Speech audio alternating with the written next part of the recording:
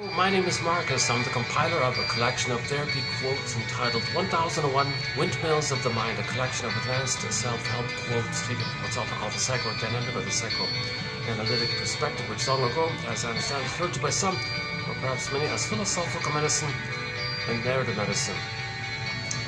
The videos in this channel entitled TQ 3113 to 17, those 5 videos, you'll find quotes all on the topic of timelessness and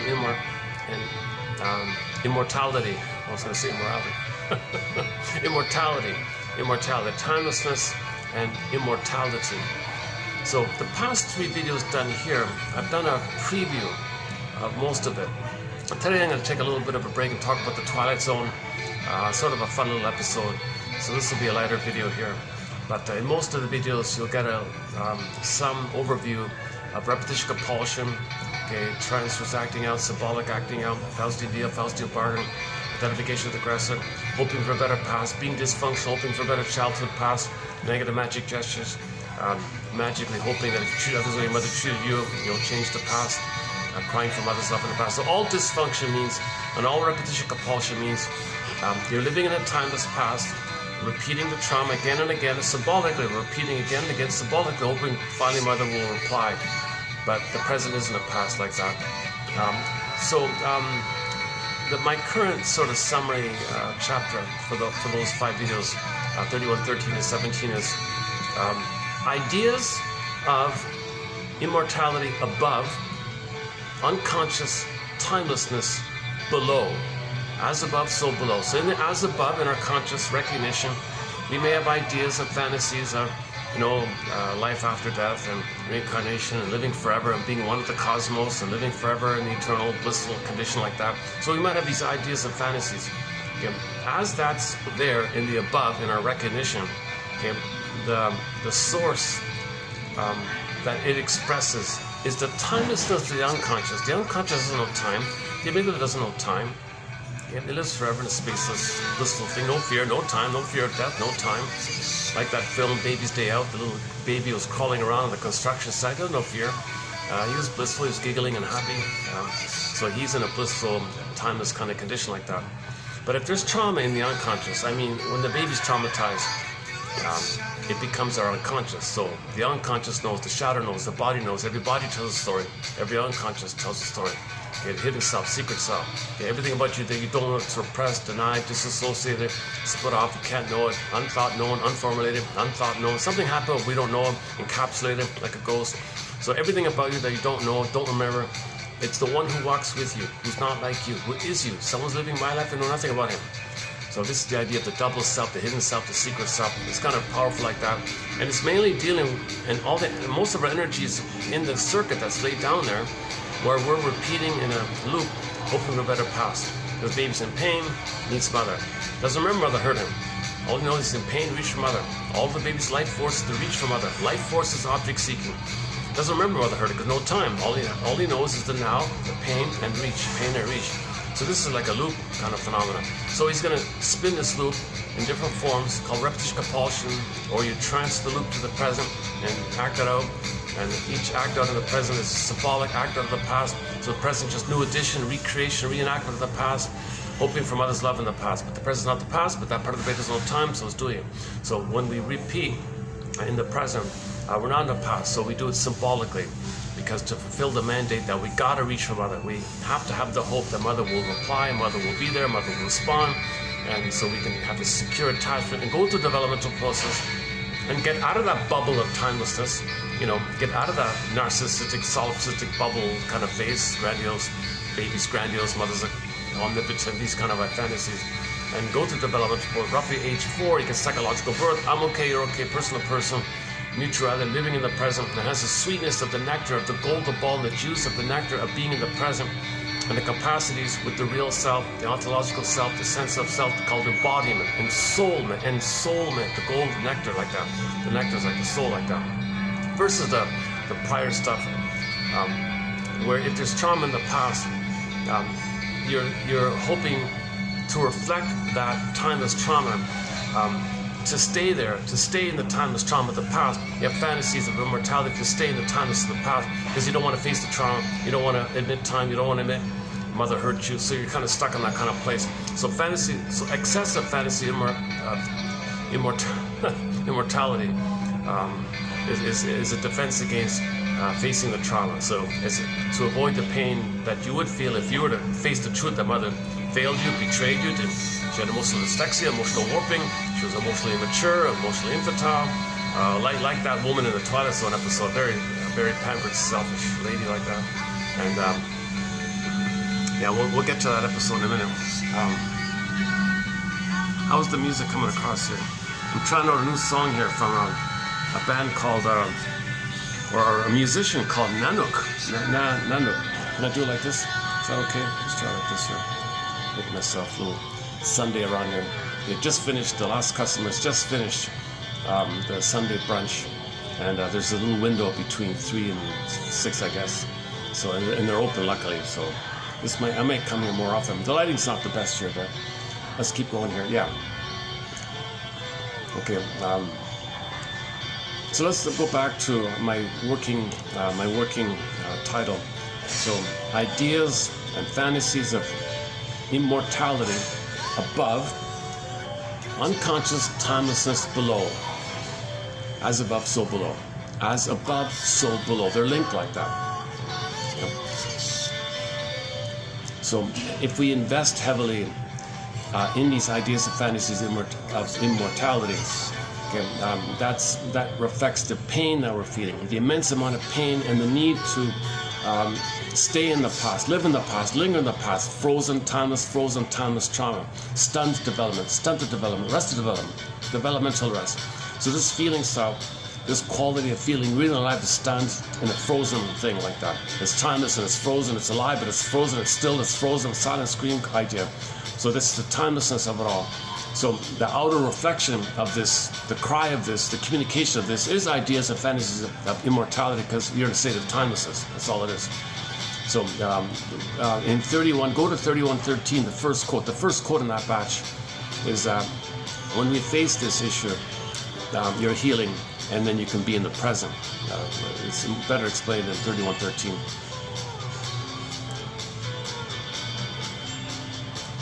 Yeah, okay, so yeah, okay, maybe I won't do it here, but like normally, right, the child feels safe with the mother, goes through developmental process. So the first phase is symbiotic, oneness, fusion, blissful stuff, like an oceanic feeling, oceanic bliss, and that's timeless, right? That kind of thing's time. So if there's trauma, there's unmet symbiotic needs, unmet needs for that blissful oneness state of non-differentiation, undifferentiation, unio mystica, participation mystique, guardia vita shabala shangri-la, nirvana, utopia, all that stuff. Then when there's trauma, you're frozen. When you're frozen, you repeat, hope for a better outcome. So believing in timeless hope, timeless, relentless hope that some symbol will be your mother. Some symbol of mother will be mother, because that's what you do in repetition compulsion. You're waiting for mother, and you can wait for mother passively by just eating a cookie, and maybe the cookie will be mother, or the more angry version of it is you become the rejecting mother, find others to play you, and you reject them because they're you, and you're the mother who rejected yourself. So you find others to stand in for you, to play in the theater of your mind. You find others to play you, and you play the mother and reenact what happened. So you cry for love, mother said no. You become the mother. In a severe trauma, you identify with the aggressor, become the active aggressor. That means when you play the script, the prototype, the stencil, the working model, the overlay. So you have this kind of stencil or script, and you overlay it to the present. You see the present through this lens. Okay, so what you see in the present is that you want to find someone to play you, and you're going to play the mother, and you're going to repetition compulsion. They're you, you're the mother. So since they're you, and your mother hurt you, and you're the mother, you hurt them because they're you and you're the mother. That's part A. Part B is, due to the fusion, you flip-flop to express your anger at the mother. Suddenly, poof, the one you just shamed is your mother. You play yourself, direct your anger, displace your anger at the mother onto the one you just shamed. So you shame someone and you hate them, kind of thing. So this is the fusion idea of the self and other are kind of one. It's called the self-object idea.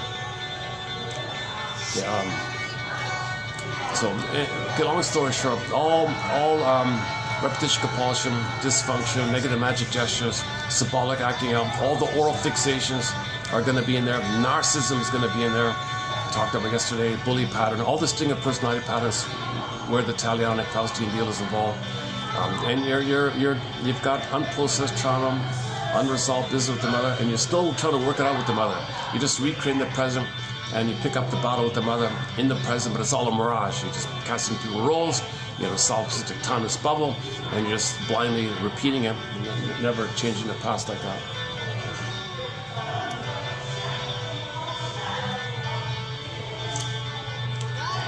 Yeah, they're kind of.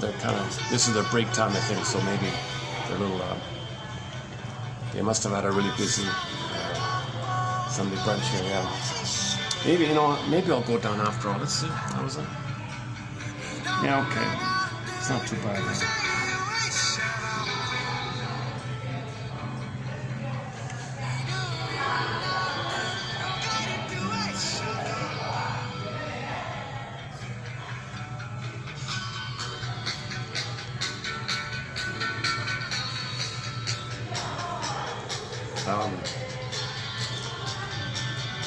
Yeah, I wish they'd calm down a bit.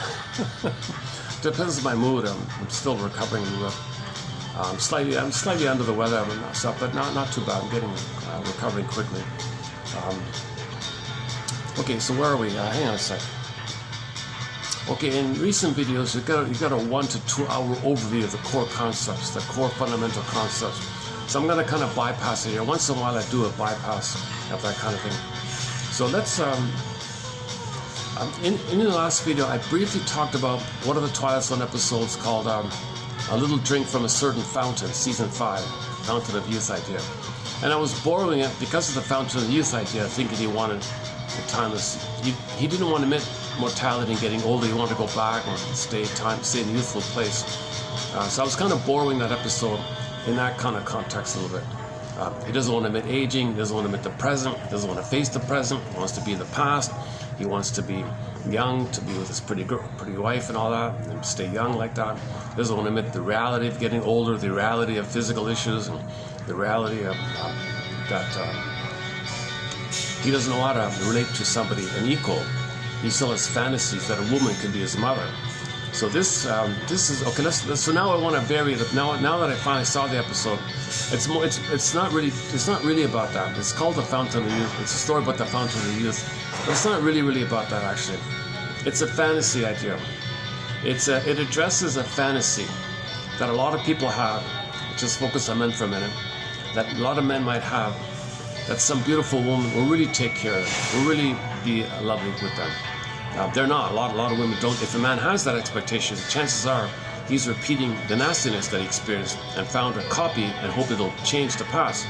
So if mother's abusive with the baby, okay, that boy will grow up and only be attracted to an abusive woman as a quote-unquote copy to trigger the past, because you want to pick up from the past and continue and wait and hope that the girl in the present will be a loving mother in the past. But that girl in the present, you're only attracted to her because she hurt you. You won't be attracted to a woman who loves you because you won't get the excitement. The excitement is back at the bliss that you needed. Okay, so this is called limerence and transference love, infantile love, puppy love, infatuation. Okay, Cupid, sudden, just one look, instant, fall in love. Okay, eyes across the room, whoa, that's because your unconscious sees that the personality in that person across the room has the same personality or psychology or attitude or something strongly familiar with the person in the past who hurt you. So that means your wiring that you laid down with the mother is flared up. Now you're back there. Okay, so the person in the present is a quote-unquote emotional reincarnation of your mother in the past, or a quote-unquote psychic copy of your mother. So you're living in the past still, so you see the present as the past. You don't think that, but emotionally you're in the past. So you got this blissful thing. You're back one with your mother. The blissful feeling, honeymoon phase, floating feeling. They played the music video "Love How You Love Me" by Melanie Thornton. They're floating all the time. I've got that floating feeling, this happy, floating, blissful, heavenly feeling like that. So you feel that. That's what babies feel with the mother. The babies feel that, but when trauma, it's not enough. It was unresolved. It was incomplete. Weaning trauma will do it. Okay, separations will do it. Mother's negative treatment, misattunement, that'll do it. So you're kind of waiting for the proper one. It's the proper Garden of Eden. babies cannot lose paradise too early, but most babies do lose it too early, and they're kind of waiting to resume it and pick it up on it. So you find someone who's like your mother and think you can pick up on it. That's the madness. Love leads to madness. Love sickness. Okay, you can't live with you, can't live without you. Crazy stuff like that. So all these songs, unrequited songs, are kind of in this area. And we play a lot of songs like that. Spellbound by Triumph, and Lovesick by Rick Santers, and a lot of other ones. Oh, Love Leads to Madness by Dan McCafferty, and a few others. Okay, never mind about the songs for now.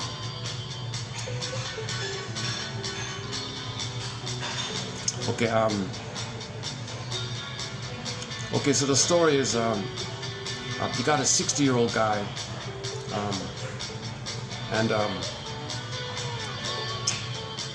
so the inference we can make is, his mother was kind of cruel and cold and hated him, had contempt for him, didn't want him, rejected him, only used him. That the mother used him, siphoned him, sucked him up dry. The mother had some benefit by having the child, and the mother took some supply, comfort by the baby's presence.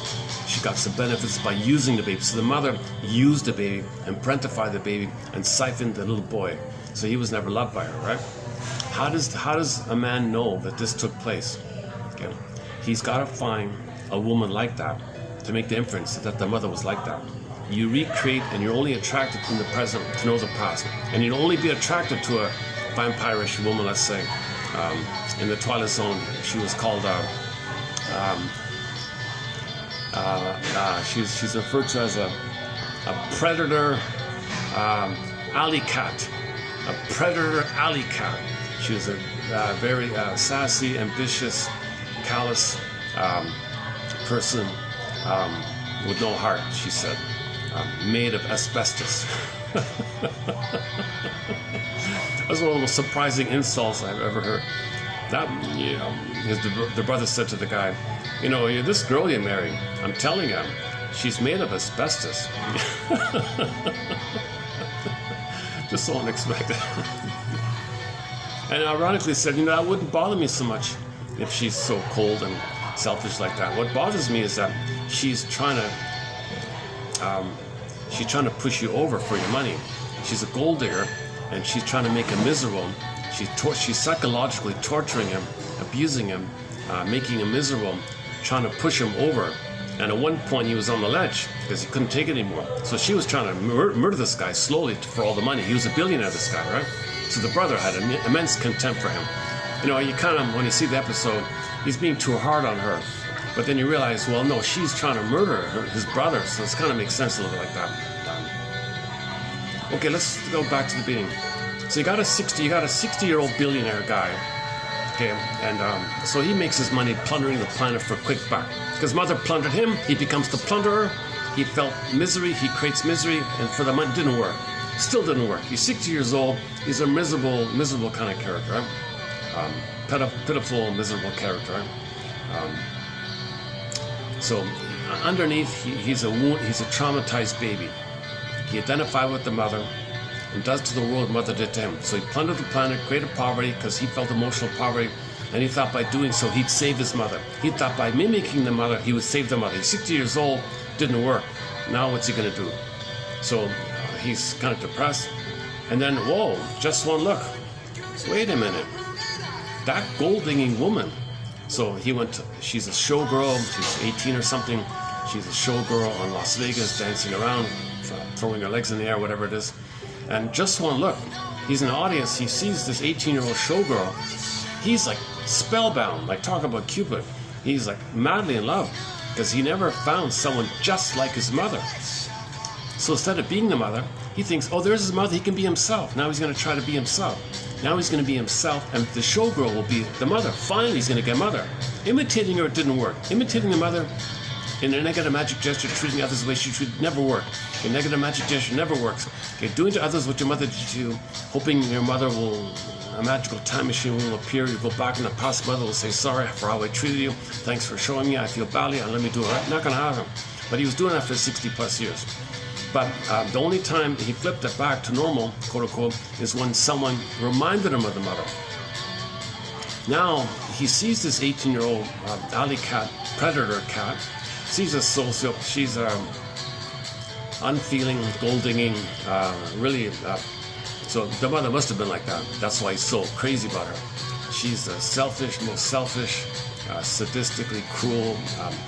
She insults him and says the most awful things about him, and tortures him and abuses him and scares him all the time. And she's trying to murder him in a slow, subtle way, right, to get his money. So that's the kind of what you're dealing with here. Anyways, back up a sec. So he's in the audience.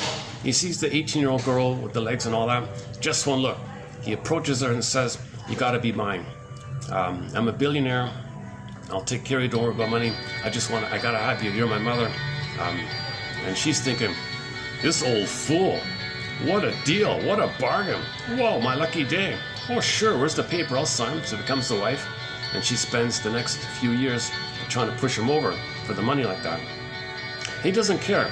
He never cares how badly she treats her. It's familiar. He's in love with her. No matter how badly, no matter how naughty she is, he's, the brother called him a wounded puppy, a wounded poodle, lapping after her. Like, so he's a really silly fool like this. And no matter what she does, he's spellbound, in limerence, in blissful love with her. She takes a cigarette, she lights a match, throws on an expensive carpet to start a fire. The old guy's got to dive to take out the fire. And she, "Oh, look, Smokey Robinson here." "Well, you could have started a fire, darling." "Oh, yeah, I'm going to start a fire." "Yeah, whatever." She talks like this, right? "Yeah. Well, I'm just saying." "Oh, you complaining?" "Yeah, I can go back on the plane to Las Vegas. There's hundreds of guys like you, billionaires like you, are a dime a dozen. I can find guys." She looks like Marilyn Monroe a little bit, right? Not exactly. "Oh, no, I'm sorry. I'm not complaining. I'm just mentioning calmly in passing that there could have been a fire here. I'm sorry. So no matter what she does, he always says sorry, and she's amazing. She loves this power, and she's torturing, but he's suffering like this. But this is code for that all babies must think their mother's a goddess. All babies must think their mother's a beautiful goddess, no matter how badly the mother's abusing him. That's what he's reliving. That's what he's re-experiencing. If he has any kind of observing ego, he'd make the inference. That's how my mother treated me. That's why I chose her, because my mother's like that. Because repetition compulsion, you recreate to know the past. So he's not even doing that, right? He's just in the mode of recreating it. Okay, now, so that's the setup, right? The 60-year-old guy marries a 18-year-old girl or something, and she's trying to torture him like this. Now, the abuse goes on and on and on, and he's getting worse and worse and worse. And that's the stuff. Out of desperation. Can I do this? Can I do it like this? Maybe I can prop it up here. Yeah, one sec.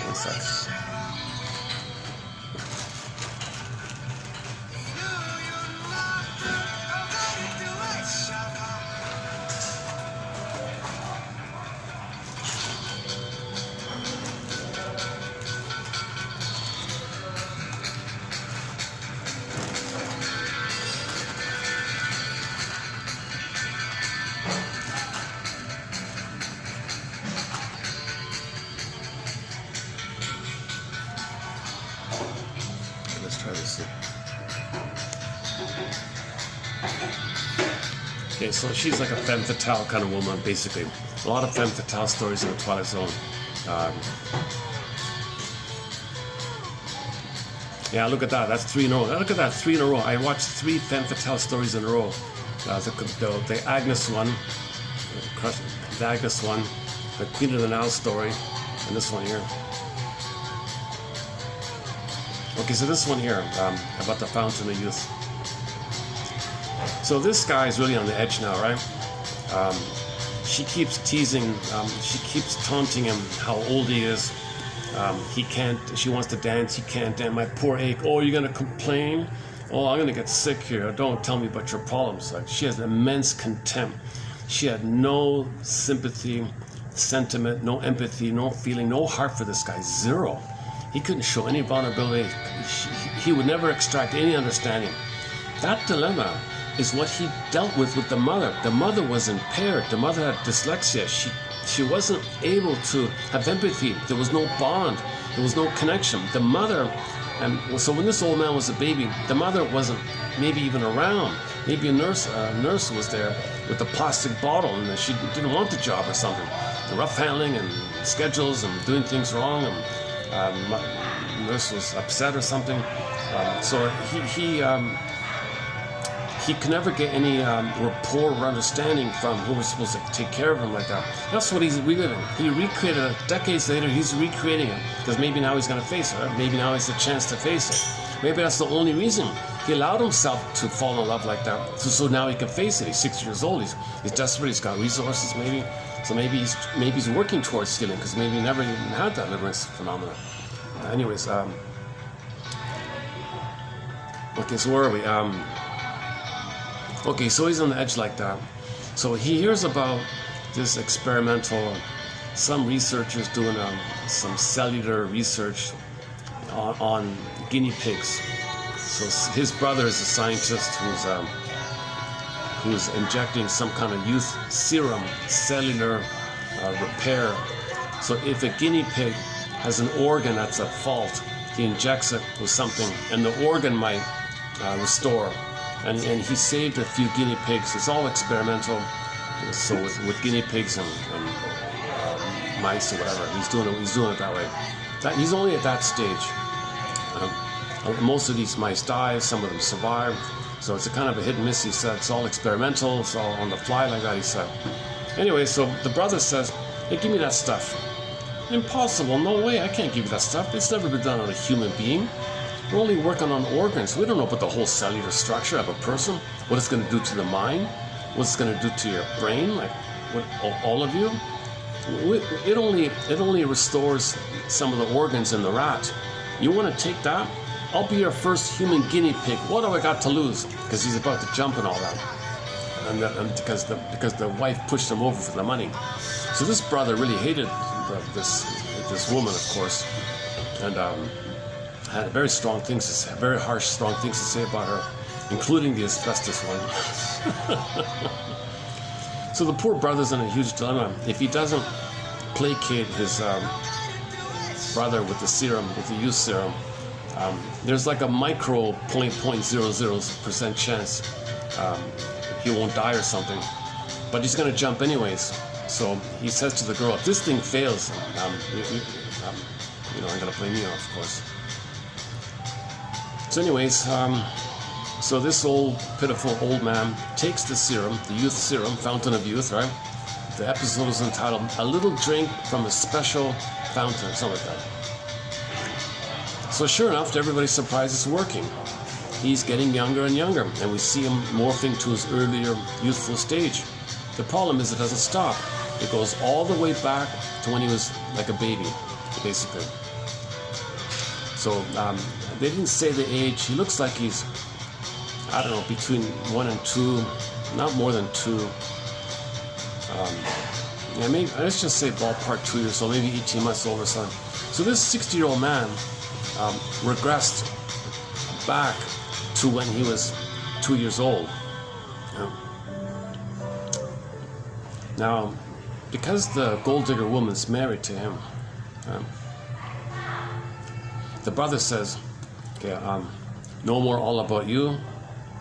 You now have to be his mother. No way, I'm going on the plane. Well, remember, you're married to him. You can't marry someone else. That's what you're talking about. I don't know about the legality here. They didn't get into that kind of thing. But anyways, in her mind was, the idea was she won't be able to marry another billionaire guy. She's married to this billionaire guy. They didn't address how she could obviously get out of that. But anyway, so she believes she couldn't marry someone else because she's married. She's married now to this 2-year-old baby. So the brother says, rules have changed. Sure, you can take off if you want, but you won't get any money.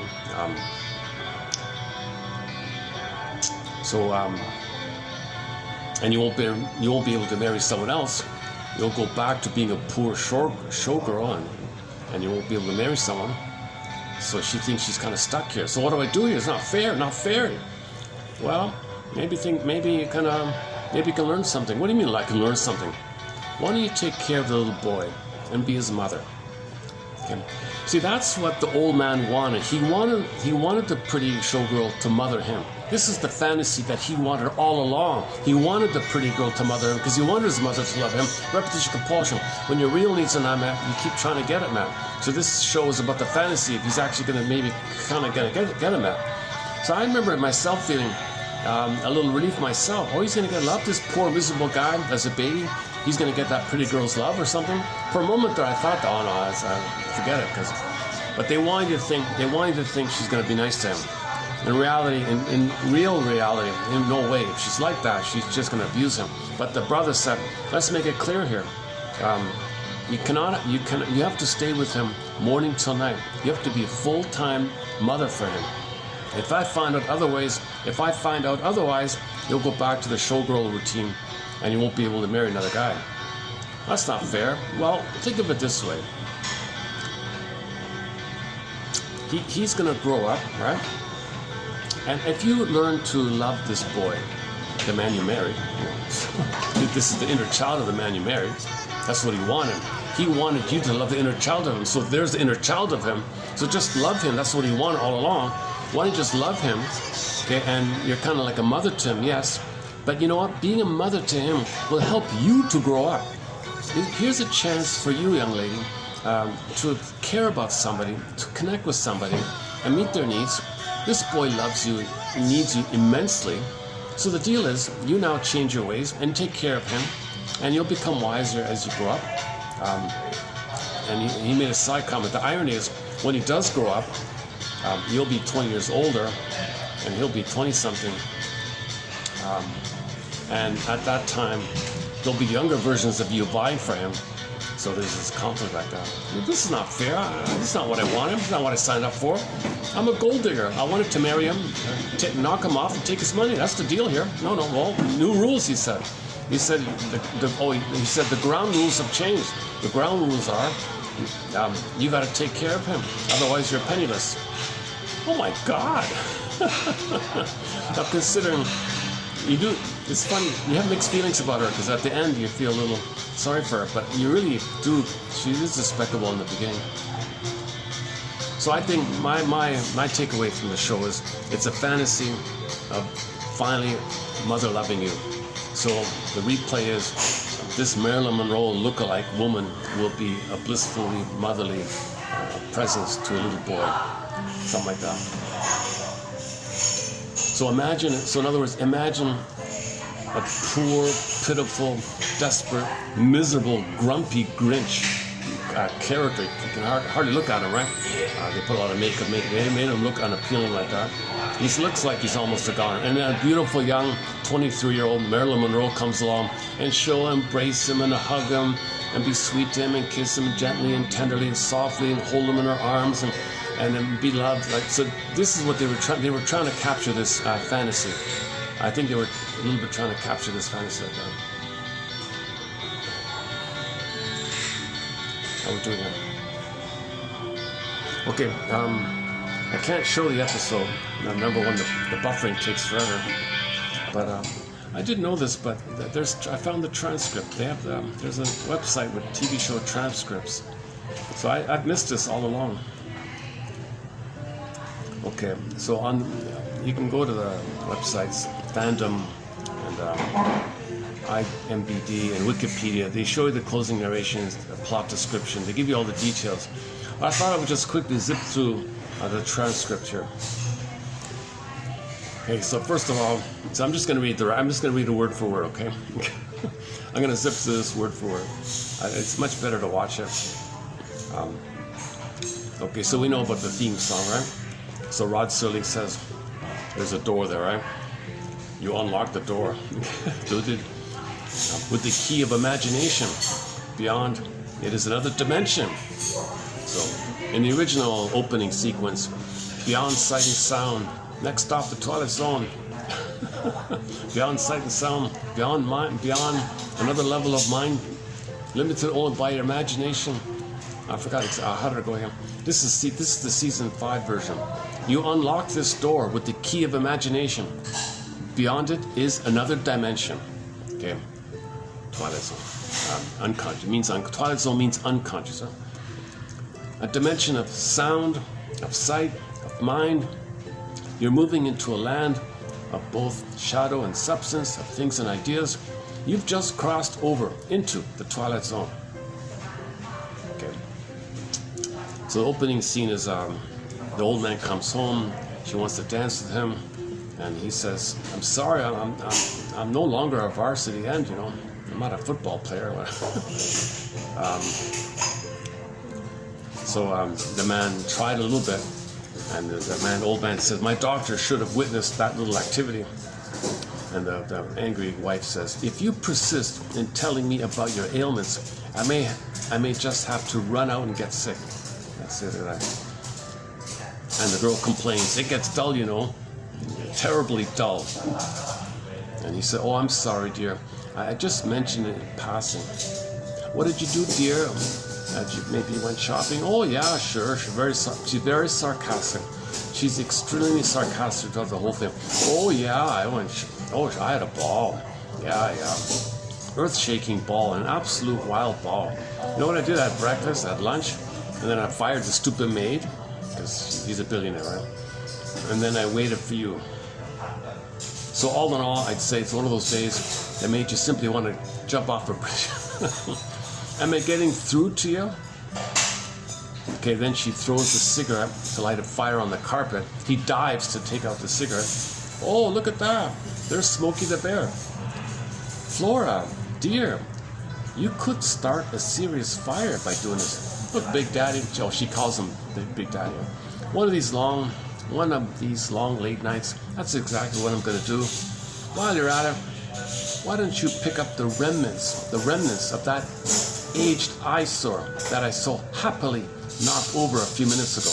Okay, so he has some kind of antique thing. She crushed it, didn't care. He meekly says, "Oh, that thing you broke, it came from my mother. That's a very old piece of flora." "Oh, yeah? Worth what, 89 cents? I'll tell you what, Big Daddy, on our anniversary, I'll go and buy you 6 of them. I'll take them to the dime store and have them gift wrapped. Then I'll find you some of your favorite music and play it on an old Victrola, something like, oh, Come to the Wildwood Church, and other such red-hot toe-tapping numbers. It's worth very little except for the sentimental value. That's a word you may not understand. Sentiment. It means the capacity to love. Look, old man, if I don't fit the bill, why don't you just say so right out? Should you fail to know it, there are 14 flights a day to Reno, and I would just adore to be on any one of them. Flora, I'm not angry. I just wish that you would, maybe be more careful. Somebody should have wished that 5 years ago when we took out our papers. Oh, I knew you were old, Harmon. I just didn't realize how old you were. You better be careful, Big Daddy, because if you ever take me to a swinging weekend in Egypt, I may just run away with the mummy. Okay, I'll go wash up for dinner here. Yeah, you do that. Yeah, what do we do for entertainment? We'll go to the park and watch a band. I got a concert in a band room. Okay, then the opening narration. So after you see this dismal scene, then the voice of Rod Serling comes in. Picture of an aging man who leads his life, as Thoreau said, in quiet desperation. Because Harmon is enslaved by a love affair with a wife 40 years his junior. Because of this, he runs when he should walk. He surrenders when simple pride dictates the stand. He pines away for the lost morning of his life, when he should be enjoying the evening. In short, Harmon seeks a fountain of youth, and who's to say he won't find it? This happens to be the Twilight Zone. Okay, let's do the narration again. So, Here's a picture of an aging man who leads his life as Thoreau said, in quiet desperation. So he's a depressed kind of character. Try not to get people in the camera. So it's okay, all right. Because Harmon is enslaved by love, enslaved, right? So this is a sadomasochistic routine. She's very sadistic and cruel. He enjoys, oh, you're so lovely, you're so wonderful, yes dear, yes dear. The more she does that, the more contempt she has, right? And he loves her more. Okay, play the song, Ain't That Peculiar? Okay, on this point, play the song, oh yeah, here's a good song for this. Ain't That Peculiar? Smokey Robinson wrote it, made popular by Marvin Gaye, but my favorite cover of it is the one done by Fanny, the all-female rock band Fanny. Ain't That Peculiar? Check out the lyrics to Ain't That Peculiar. It exactly fits this. Ain't that peculiar? The more you abuse me, the more I adore you. The more you reject me and hurt me, the more I'm obsessed about you. The more bad things you say about me, the more I think how great you are. Ain't that peculiar? So he's enslaved like this. Okay, so the baby's enslaved to the memory of the mother and mind attacking him and eating her and hurting him. So he's stuck with this thing. A wife 40 years his junior. Because of this, he runs when he should walk. Okay, he's in the golden years of life. He should walk and enjoy, but he's in a panic. This guy's rushing around to please her. He surrenders when simple pride dictates a stand. So he's a lapdog. Yes, dear, yes, he surrenders. He never takes pride and speaks up for himself and takes a stand. Right? He pines away for the lost morning of his life. So he thinks, if you were a young lad, maybe you can keep up with her enthusiasm or something, when he should be enjoying the evening. So he's not enjoying the present because he doesn't have the identity to do so, because mother never loved him. If mother never loves a baby, he's gonna have a hard time accepting time, so he's pining for the past. And who's to say he won't find it? This happens to be the Twilight Zone.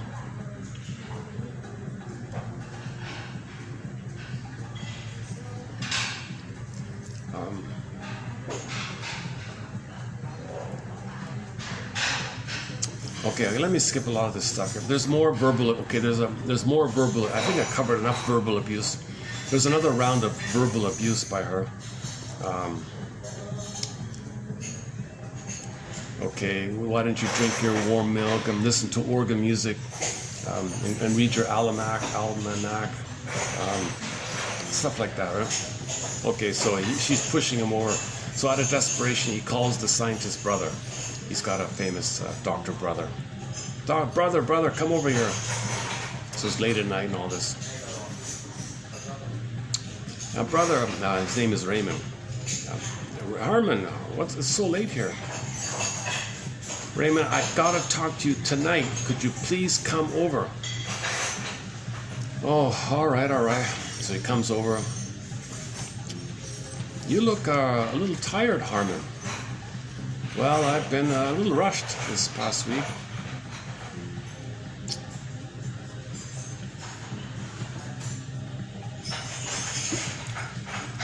Okay, also, where's the wife? Oh, it's already late at night, so she's sleeping, huh?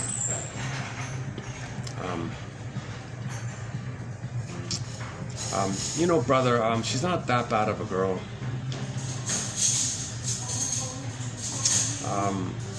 It's too bad you two couldn't get along with each other, because she hates her and she hates him, of course. So the brother says, look, Harmon, do me a favor, please. Sure. As a matter of fact, 2 favors. First, don't try to sell me Flora. You know what I think of her. I've told her myself to her face, so I have no compunctions about saying it out loud. She's a brassy, conniving little broad. I could forgive her for her hungers, Harmon, or the fact that she's made out of asbestos and she hasn't got a heart in her body. But I can't forgive her for what she has done to you. You know that she's turned you into a frightened, quaking fool. You dote on her. You give in to her. You run after her like a poodle. That's item number 1. Now for the second favor. Now the second favor is that from now on, after you've had your battles, don't call me at odd hours of the night. I don't do that very often. Once is often enough, twice is endless. We're very close as brothers go. You know, there isn't anything I wouldn't do for you, but I can't run over here like a Saint Bernard every time you get frozen halfway up the mountainside. Now, she's a predatory little alley cat. I'm telling you, brother, you married a predatory little alley cat. She's a predator. She's trying to knock him off for his money. And she's always been that way. I can just give you so much sympathy, solace. But after that, it begins to crawl on me. So what is it, brother? Just want to talk to me or something? Or is there something specific you had in mind here? Why am I here? Well, brother, this thing that you've been working on. Go on. The cellular serum. You've been successful with it. You must be out of your mind. I'm desperate, but I'm not out of my mind. You've made animals younger. I've seen it myself. You inject them with your fluid, and they're young again. Animals, yes, guinea pigs, hamsters, white mice. I've rejuvenated glands, organs, sometimes a complete cellular structure. But we haven't scratched the surface, Harmon. We're stumbling in the dark. I want you to inject me with this. You don't know what's involved. We're 20 years away from trying this on a human being.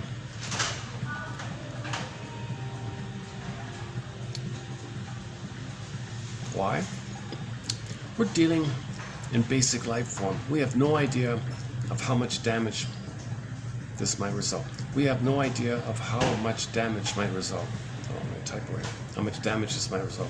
We don't know how it will affect the metabolism of the body or the mind or the effect on the brain. We're winging things. So we've killed as many little animals as we've saved. But you said you'd do anything for me. Anything within reason, brother. Oh, but this is within reason, Raymond. I've come close to the end of my rope here. I'm at the point where it matters very little to me whether I live or die. I want you to test this serum on me. Make me young again. I don't want to get any older. So he's at the line. She pushed him to the line, right? Aside from this pronounced death wish of yours, how would you like to spend the rest of your life? As a mutated freak, or a gibbering idiot, or a mindless shell? That's not only possible, it's highly probable. We can't control an experiment on a human being. It would be catch as catch can. I'd not only take the risk. Oh, the brother said, I'd not only take the risk, I'd welcome this risk. So it's a kind of a suicide thing. He wants the brother to knock him off or something. No, brother, no. I wouldn't experiment on a strange bum I found on the street, Raymond, to say nothing of my own brother. Raymond, please, wait, don't leave. The answer is no. Good night, Raymond. Now he sees he's about to jump and all this. And the brother comes back. Well, I can tell you what the effects on the human body are landing on concrete at the end of a 500-foot fall. As a man, can you tell me what the effects are on the human brain when a man is deeply, totally, and dedicatedly in love with a woman who can't stand the sight of him? Do you know what I'm dealing with? I'm obsessed with her and she hates my guts again and again and again. You haven't the remotest idea what kind of life this is for me. I can tell you what it could be, what it should be. I mean, you're a smart guy. You're wealthy. You're a billionaire. You got discerning taste. You know about the good wine. You got some things. And there can be even a charming side of you at times. And you've been hammered out of shape by a flashy piece of baggage, not fit to wait on your table. See, the brother really, the brothers are kind of opposite. He has immense. The brother's expressing the anger that the other one should feel. Well, brother, whatever she is or isn't, she is the only thing on God's earth that I care about. Okay, he's talking like a baby to the mother. The breast mother is the world for the baby. For the baby, the only thing he needs and cares about is the mother. Play the song by Barry White. You're my first, you're my last, you're my everything. He's talking about the unmet need of a baby coming up, and she's everything for this guy. She's the only thing I care about. Please, brother, give me a chance. Give me a chance. And if I don't, well, then we'll see who reaches the sidewalk first. The man in the elevator or the free-falling body. Oh my God, I feel so sorry for you. Okay, give me time. Let me think it over. So the brother thinks it over and agrees. So he gets the injection. The man says, what can I expect? You can expect a miracle, but you're not very likely going to get it. So go to rest, have a sleep. I'll see you in the morning, kind of thing. I want to be very close to you for the next few days. When can I expect some change? Within 6 hours. That's when the first physical change is noted. As for the mental change, none of the rats or guinea pigs have told me what the feeling was. So I'll be the first. You'll be the first, assuming that you survive. You want to know something, Raymond?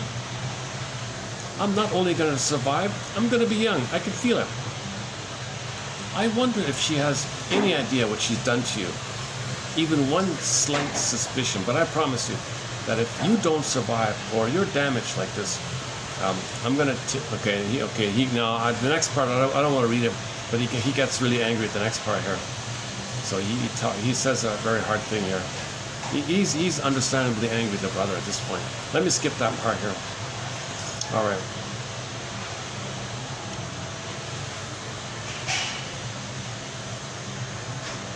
Okay, so the next morning the doctor comes back. Okay, the pretty girl answers, well, if it isn't the poor man's Kildare.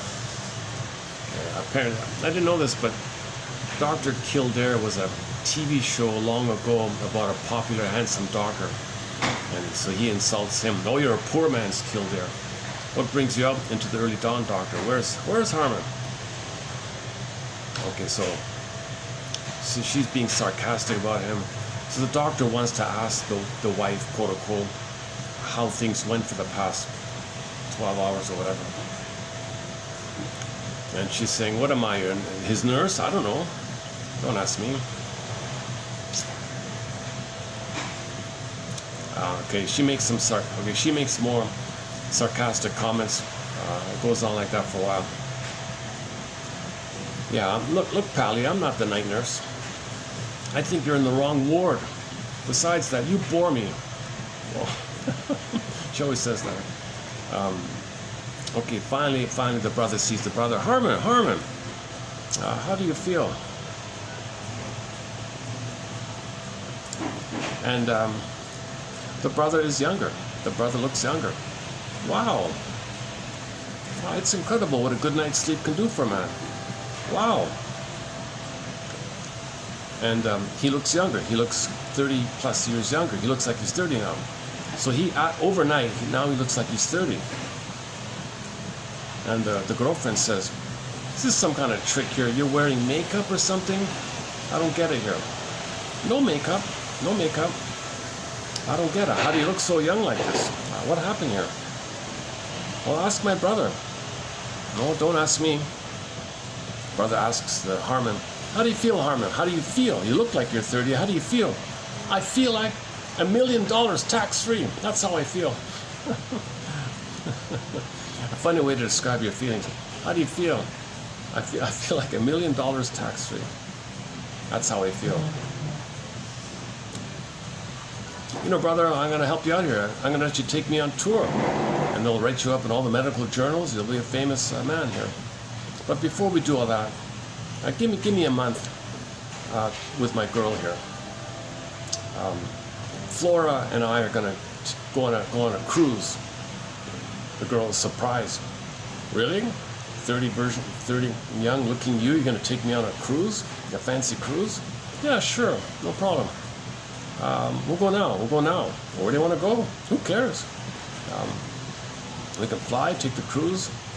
Now she's excited. The girl's excited, right? So we'll go to Paris. We'll go to Rome, wherever you want. She says, yeah, okay, this is exciting. The problem is, he continues to get younger and younger. He keeps getting younger and younger. If this doesn't stop, we're in trouble here. What do you mean we're in trouble? What kind of trouble? I don't know here. How much longer it would go on like this? Or how long before it stops?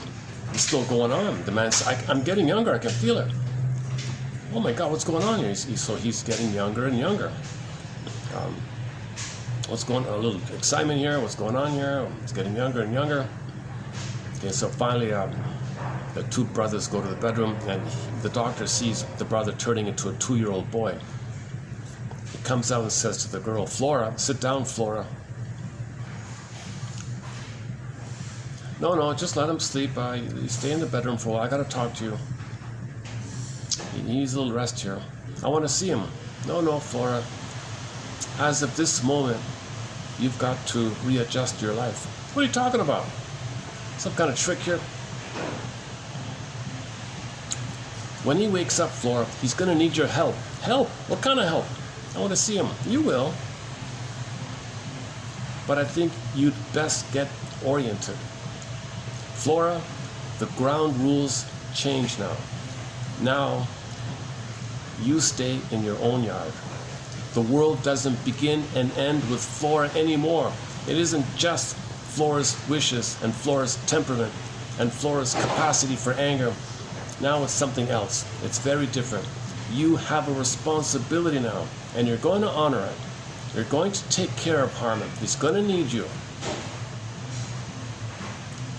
Now the 2-year-old boy, or 1-year-old, or the baby, basically an infant,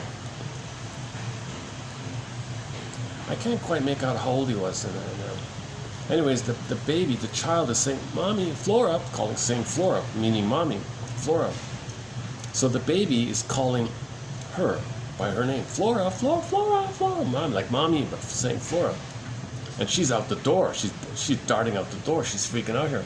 Brother says, if you're leaving, make note of the fact that what you're wearing is all that you take with you. The girl says, if you think I'm going to stay and take care of a grubby, thumb-sucking little kid, that's exactly what you're going to do. And short of that, you'll leave here exactly as you arrived, unadorned, all the furs, all the jewelry, anything else my brother gave you will stay here. You can't make me stay here. And you, a little boy, you can't make me stay here. You can't make me stay here either. So she's trying to leave, right? There are other fish in this ocean, mister. Indeed there are.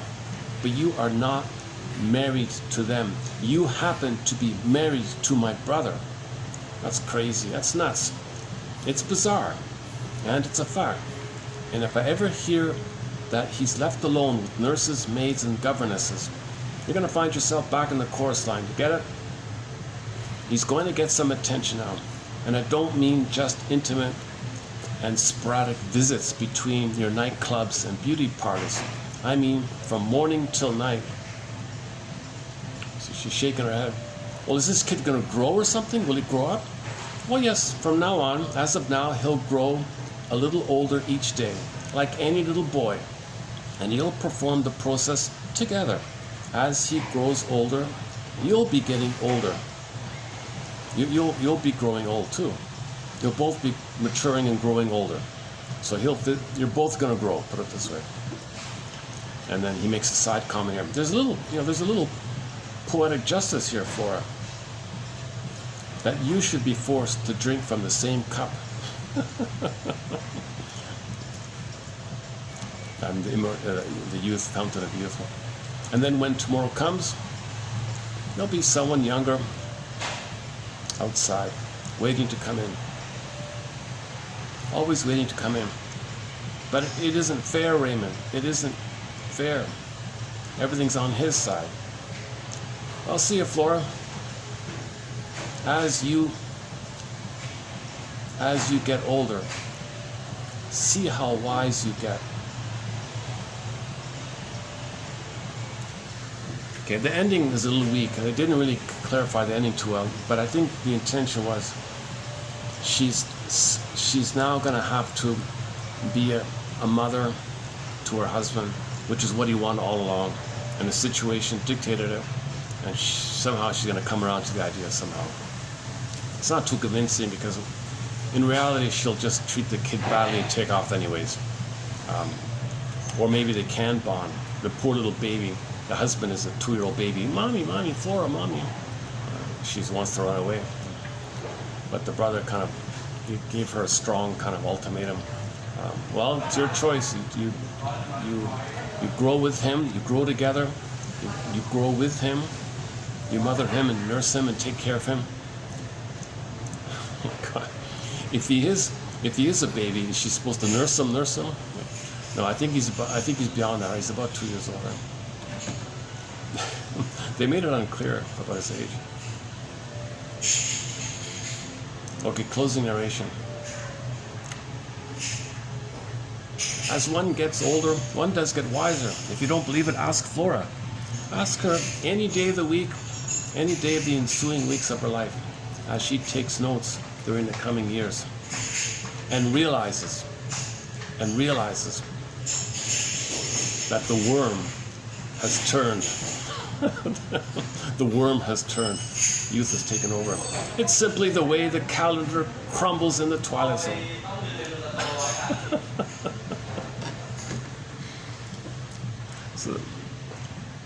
So he was a quote-unquote worm, right? But even a worm will turn. If the worm is being abused by another animal or something, it'll turn or something. So even a dove, anything peaceful, if it's pecked at, it'll react. So he turned. The worm turned. So he was a passive, being abused. Now he's got power. He's in charge. She's got to be nice to him. The worm has turned, right? That's what he wanted. He wanted. So he's no longer a passive victim. Maybe the kid can demand on her. And maybe she has to be nice to him. So he now can assert himself. I'm an 18-month-old baby. I need you, and you hurt me. You're back on the shoreline, older and can't get married or something. Oh my God! So to keep her luxurious billionaire lifestyle, she's got to do this. So the thing is turned. The worm is turned. Something's turned. That's the way the calendar crumbles in the twilight zone. So I talked about this issue of hold on a sec, immortality. Let me take a break here.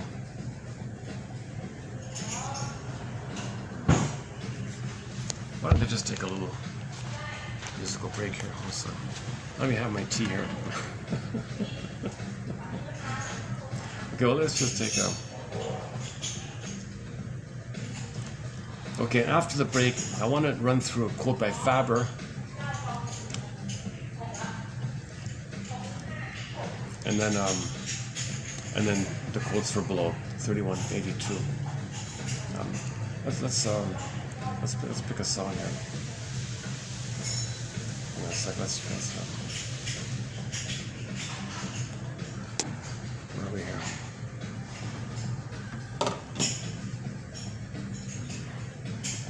Where's that Nanook song? Do we still have it here?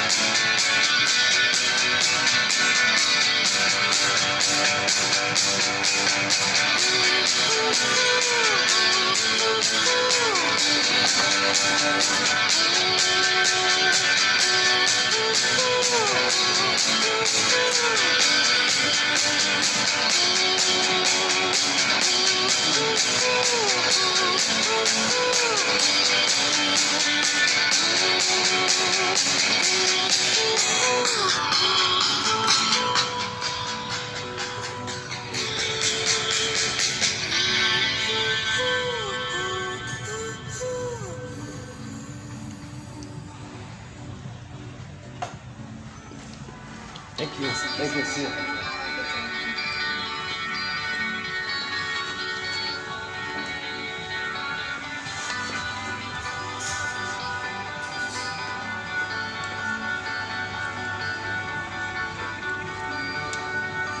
Thanks. See you. Okay. See you next time. Thanks. Thanks.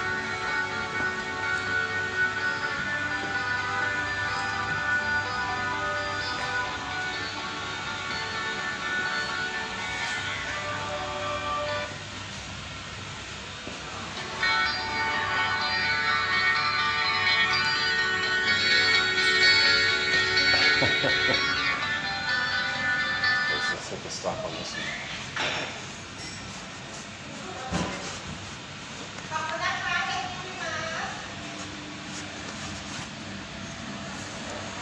Okay, give me about 10 minutes to go downstairs and we'll continue.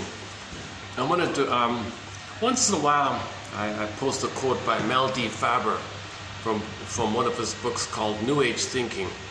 Yesterday I was talking about quotes from printed books which have never been digitized. That's a very hard, that book of his is very hard to find, New Age Thinking. So finally, after years, I finally got a copy, and I posted numerous quotes from that book. So I want to do one more as well, in preview mode here. So he's the guy that really puts the whole New Age movement on the couch. So his trilogy has won a golden Windmills of the Mind award. The psychological roots of religious belief, okay, religion, the infantilizing process, and this third one here, New Age Thinking. It was his last book before he passed away. No audio, no video. He's kind of shadow banned, I guess. Is this working here?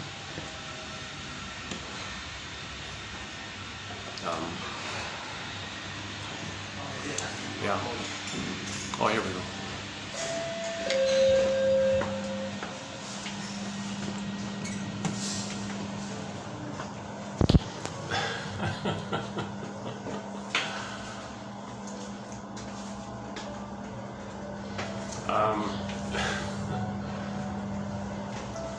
Yeah, so his trilogy has won a golden Windmills of the Mind award. Mel D. Faber.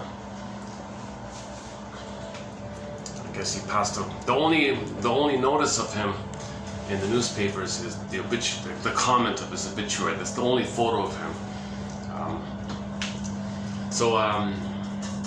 Like a lot of the oneness that the baby felt.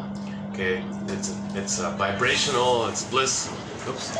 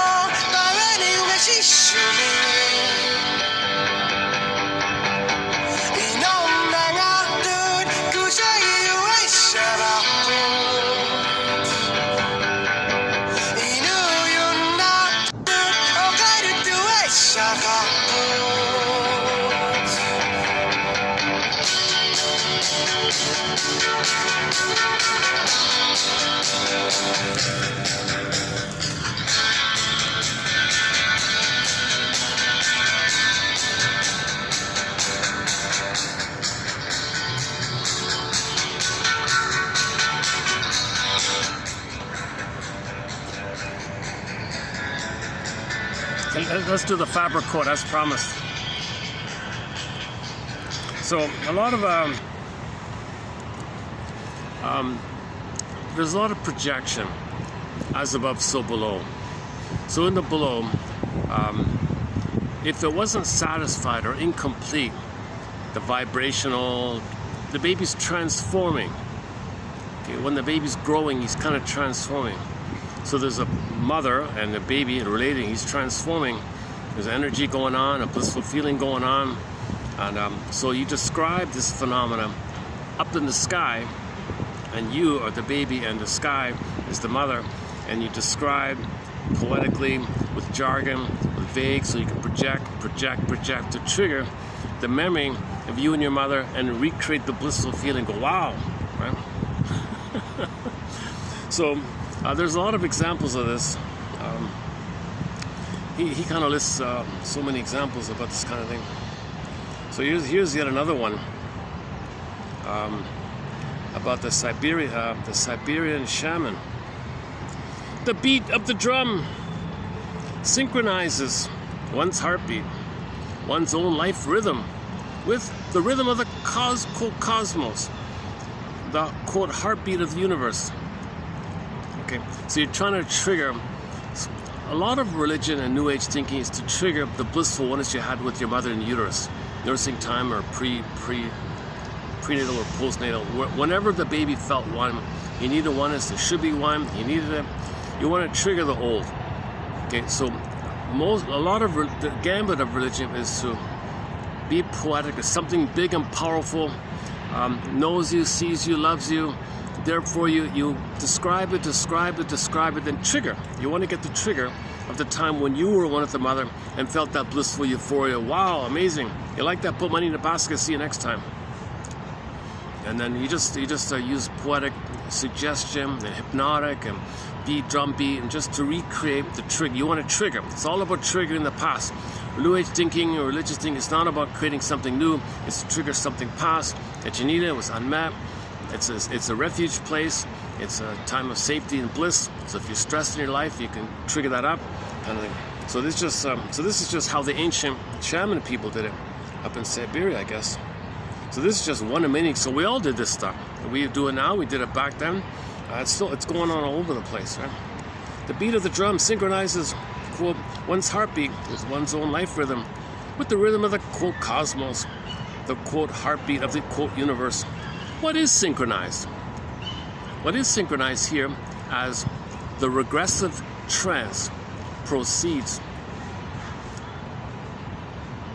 Oh, what is synchronized here as the regressive trance proceeds is the heartbeat of the practitioner and the internalized heartbeat of the original object, the dual heartbeat of dual unity when mother and baby are joined in affect of attunement, a blissful merger, and the blissful oneness that comprises the central emotional feature of the before separation world. The before separation world. So they're one.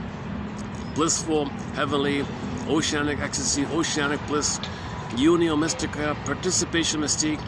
Okay, so the prototype is the mother's heartbeat, baby's heartbeat. They were kind of in sync, in rhythm. There was a rhythmic kind of thing going on. It was musical even. The baby thought the two were one. Maybe they were at the same time or something. I'm not sure. So anyways, if you feel stressed in life, you can trigger the good old days.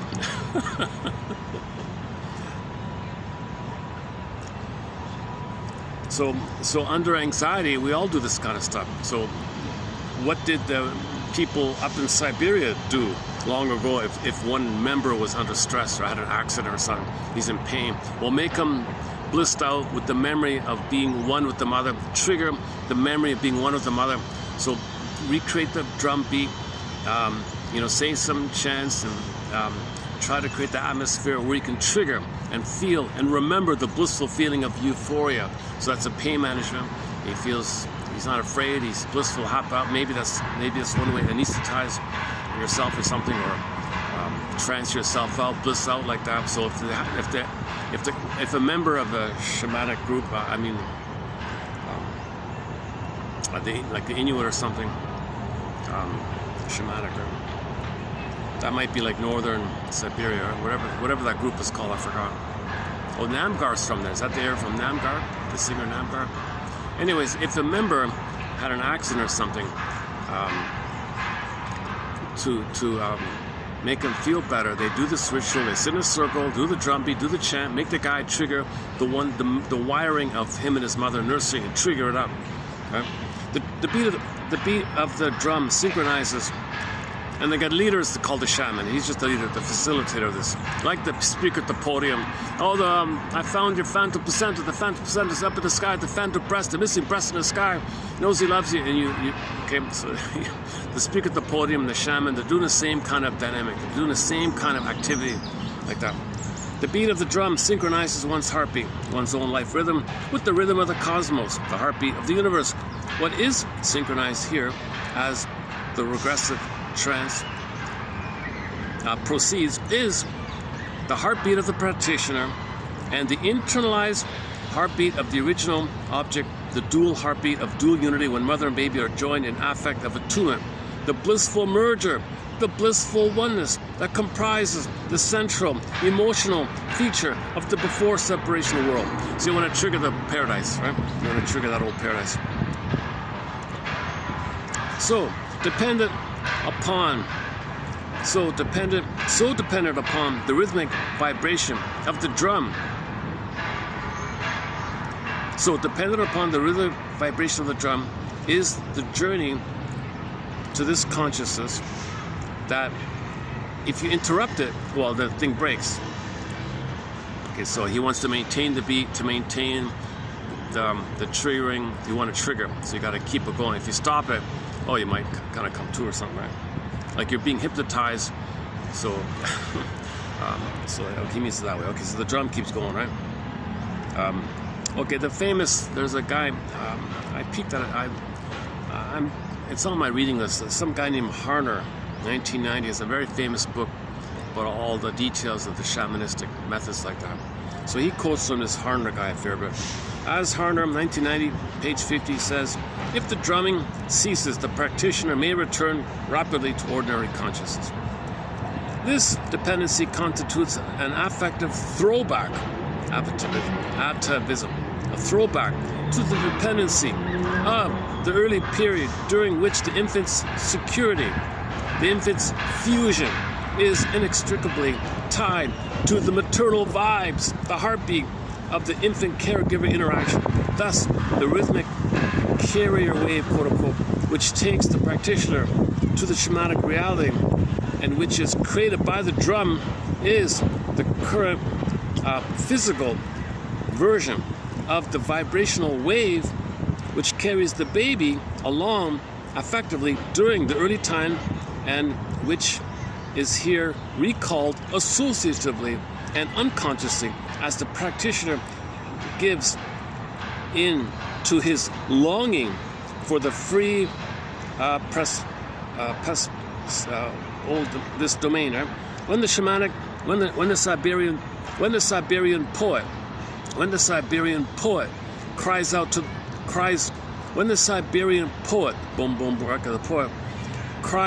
the drum. Okay, so he's doing this.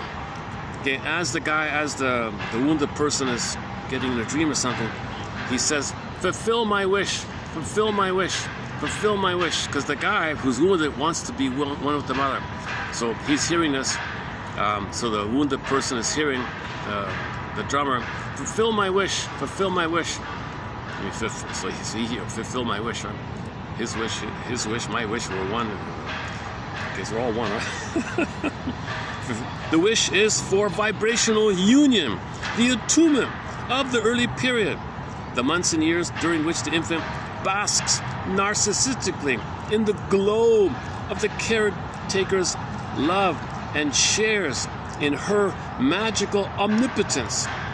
Okay, the mother is the omnipotent object. The baby's the grandiose, narcissistic, special chosen self, special, delightful loved one. And the mother, one with this grand, powerful one, and there's a vibration going on, and he's bliss. The tune, rhythm of safety, tune, drum beat, musical, heartbeat, pulsating in the cord, blood veins, in the uterus time, the blood veins.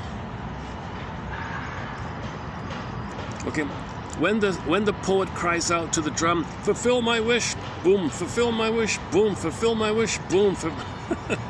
The wish is for vibrational union, i.e. the attunement of the early period, the months and years during which the infant basks narcissistically in the glow. So the baby's in a glow, right? He's glowing, right? The baby, when the baby's in one with the mother, he's in a glow, right? He's in bliss, right? The glow of the caretaker's love, basking in a mother's love.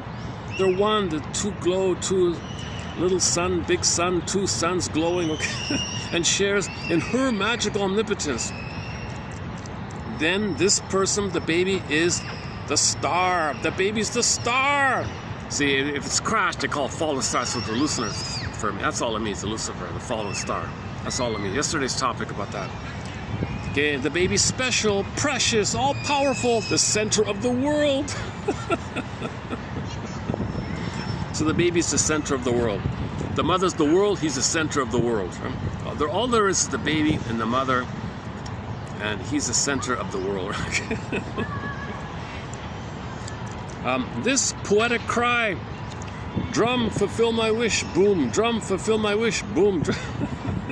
we gotta play Heartbeat. Oh, let's play the song Heartbeat today. Yeah, remind me to play Robbie Romero's song called Heartbeat. This poetic cry reminds us too that the realm of the shaman is the realm of the wish, the realm of magical thinking, in which the ordinary realities of separation, smallness, okay, mortality are set aside. Your problems are set aside through one's absorption in the trance, the rhythm, the heartbeat that one person, that New Age people, in typical New Age fashion, project onto the cosmos, the stars up there, the universe, as a macrocosmic, symbolic version of the individual whose heartbeat is sought, and all these magical behaviors, namely the individual who comprises the universe, the cosmos of the baby, i.e. the actual living, breathing, breast-bearing mama.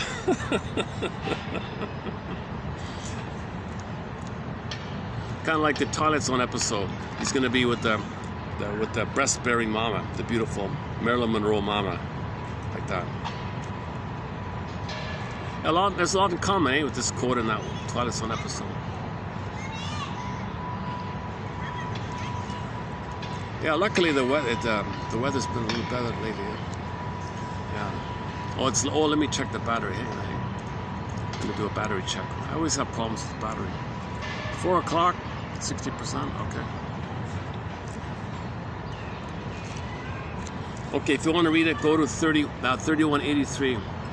You see, you'll only find Faber quotes here in this channel. Now, many of his books have been digitized, but not this one, the New Age Thinking one. But many of his other ones, not all of them, but most of his other books have been digitized. Yeah, luckily.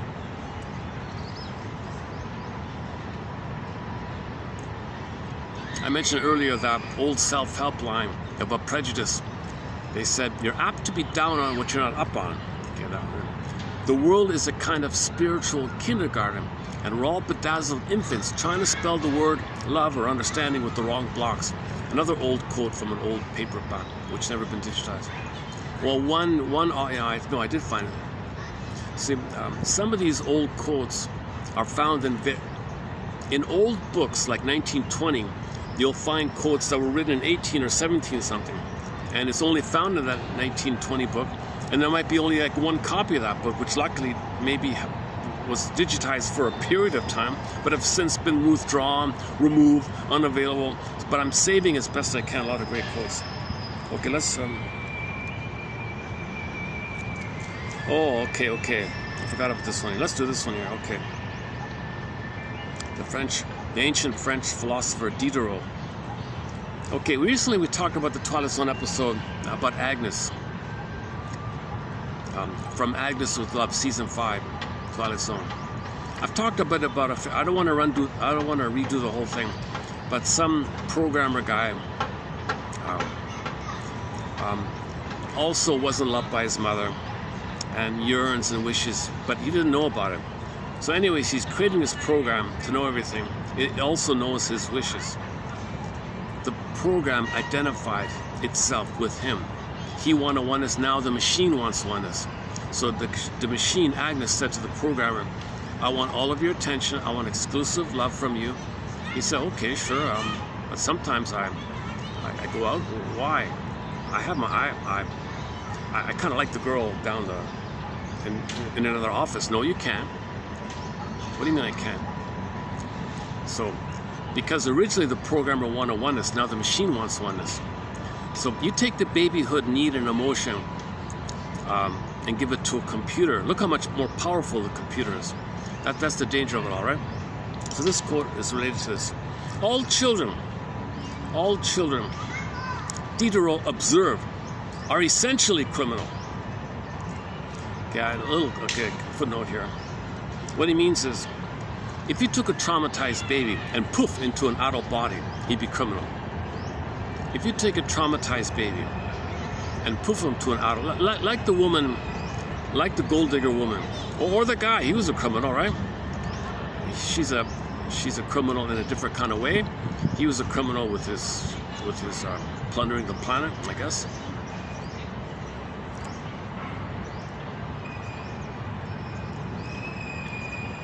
Now the helpless baby, he's wounded, he can't do anything, right?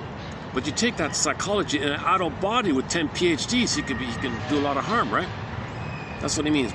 This is like 200 years ago. All children, Diderot once observed, are essentially criminal. It is merely our good luck that their physical powers are still too limited to permit them to carry out their destructiveness.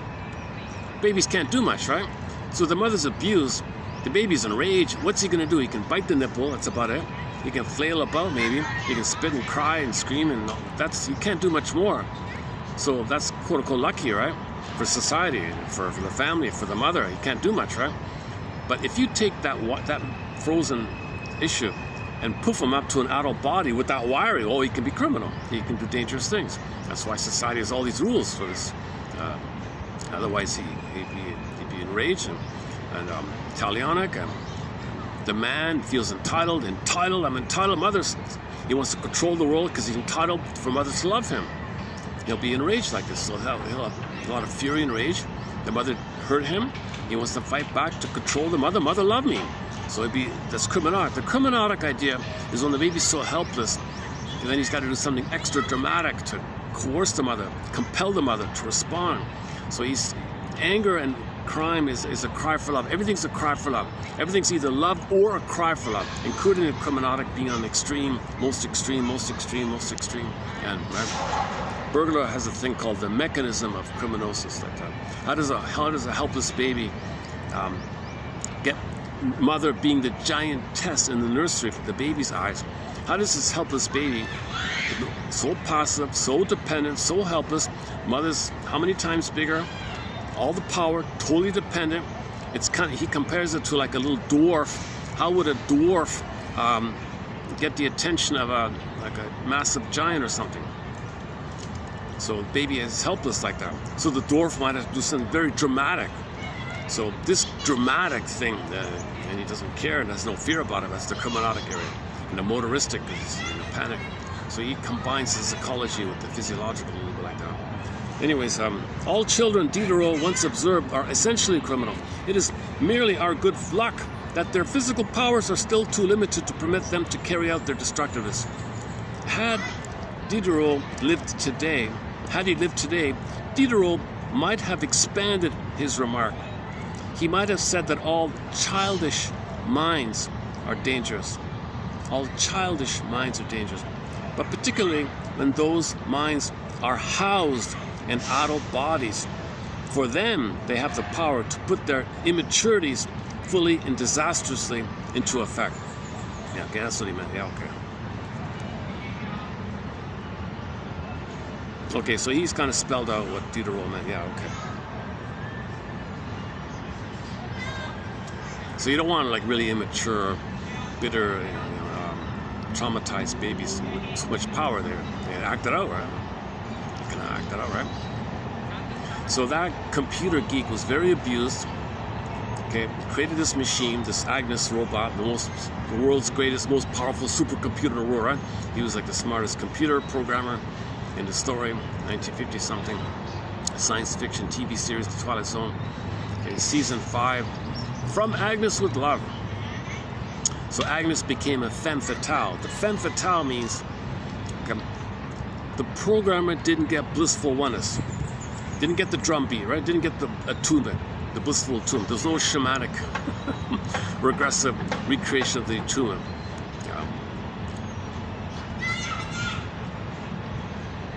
It's funny, eh? The computer programmer can have the same benefit if he just sat in a circle with the drum beat and feel a little blissful like that, or create this massive computer.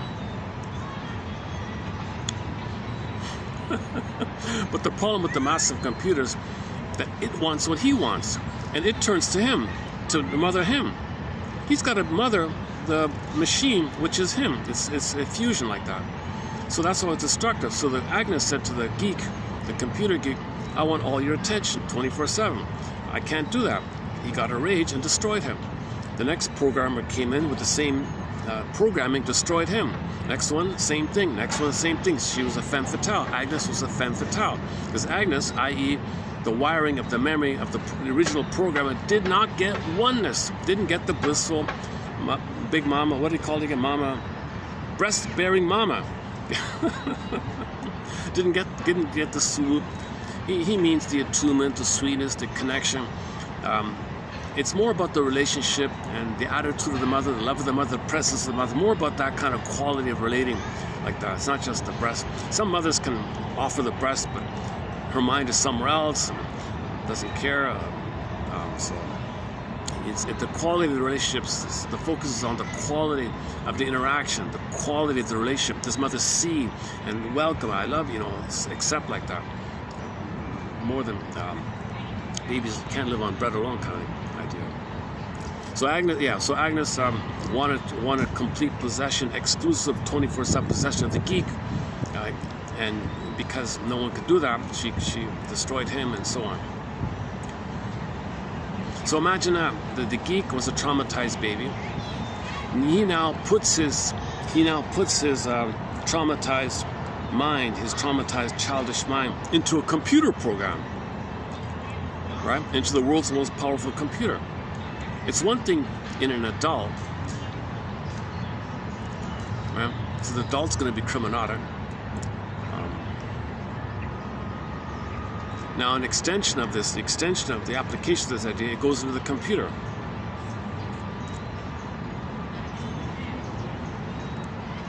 Somebody said that AI is going to be technology's unconscious. But wait a minute. This AI, which is going to be quote-unquote technology's unconscious, is put in there by programmers who have an unconscious, who don't even know they're unconscious. So their unconscious is going to go to the machines like this. So it's very... So that's why the machines can be criminautic if the people aren't careful like that and so on. So that's why we're constantly being warned, watch out, endlessly. Really shows us to watch out, be mindful, be careful like that. Know yourself. Okay, next one here. Okay, next topic here. So I'm reading from 3183. Oh, this is a preview of the next one. Eh? Maybe I can call this 3182. Oh, no, it's okay. So I'm just doing. No, I want to redo this. That's okay. So this is 30. I'm previewing 3183 here. And, that's okay. Let's keep it like that. Okay. Okay, next one here. The client is neurotic. The client is neurotic because he is continuing to seek, in infantile ways, a solution to a problem that overpowered him in infancy. The client is dysfunctional because he's continuing to seek, in his old childish ways, a solution to the problem that hurt him. Immaturity indicates that the adult is still trying to work out by childish means the problem of his various relationships to life. For example, he may become outwardly too submissive, at the same time developing unconscious hostilities that he cannot acknowledge even to himself. The baby's passive but really enraged, okay. Gearing his life to such immature methods of problem solving, he unwittingly halts his own growth toward emotional and social maturity. Quote, is this person solving their problems in an adult or in a child manner? So back to the board of the pyramid, the 3 points, PAC, right? So there's the adult, the gold is the adult, and you got P and C, A and C, the pyramid, 3 points in the triangle. Now, the goal is the adult, right? The gold was the adult. The child, the parent is just the child in the adult body. The parent is the child in the grown body. When Eric Burns says parent, he means when the child identifies with the parent and then grows up and becomes an adult, but with the mind of his parent, but the child identified with the parent. It's not, the real adult, the good parent is the adult, but when he says parent, he means the traumatized child who imitates his abusive mother. So the parent is the abusive stuff and the child's the victim. This Golem calls a frozen child freezing parent. Where's the adult, right? So her model is identify, are you acting like the frozen child, submissive rope, or like the aggressor parent? And look for the adult, search for the adult. Okay, 3 Faces of Eve film, it starts off where the woman is either depressed, mopey, waif-like, sad, Eve White character, and then she clicked, the parent one, the aggressive, I don't care about you, abusive one, Eve Black one. Yeah, I don't know why they use those terms, but they want it to mean either or. They mentioned it's an old film, either or like that. Well, she went to therapy. 3 years later, they poofed away, they synthesized, they integrated, and a new thing came up. The third is the new, so the Jane. So Jane was the gold, the Jane. So at the end of the film, that woman was Jane, her healthy adult self. Jane was the adult. She's really Jane. And the kid, her daughter said, "Mother, please stay as Jane. I like it when you're Jane. I like it when you're Jane. I feel safe. I can be myself. I'm happy when I'm happy with you when you're Jane. Please don't go back to being Eve White. You were so depressed. Please don't go back to being Eve Black because you were dangerous and I had people to protect me from you. You're so scary like that. Please stay as Jane. Please stay." But when she became Jane, she was healthy and the kid came back to her like that. So Jane is the adult. So PAC, Eric Byrne, PAC. Everybody, most people know that. So you cope with the trauma in a childish manner. You had no choice. Okay, probably. Obviously, you had no choice. You did the best you could under unbearable conditions. You did the best you could. So give ourselves a little compassion. That we, in a panic, tried our best to survive the trauma with the mother. So, but we created wiring. But we carry this wiring. Now, when you grow up physically, you don't need to keep using that wiring. The idea is to notice the wiring and make new choices. Right down. That's the idea. To apply childish wiring to the adult life is considered dysfunction, neurosis, neurotic living, because you're not in the nursery, you're not with your breast mother, you're not with the what is it called? The breast-bearing mama. You're in the adult life in the park and the buildings and concrete and trees and birds, stray cats. Oh, it's a stray. Oh yeah. I've come. Yeah, there's three cats here in this park. Only 3. I'm just noticing that they've been at the restaurant there.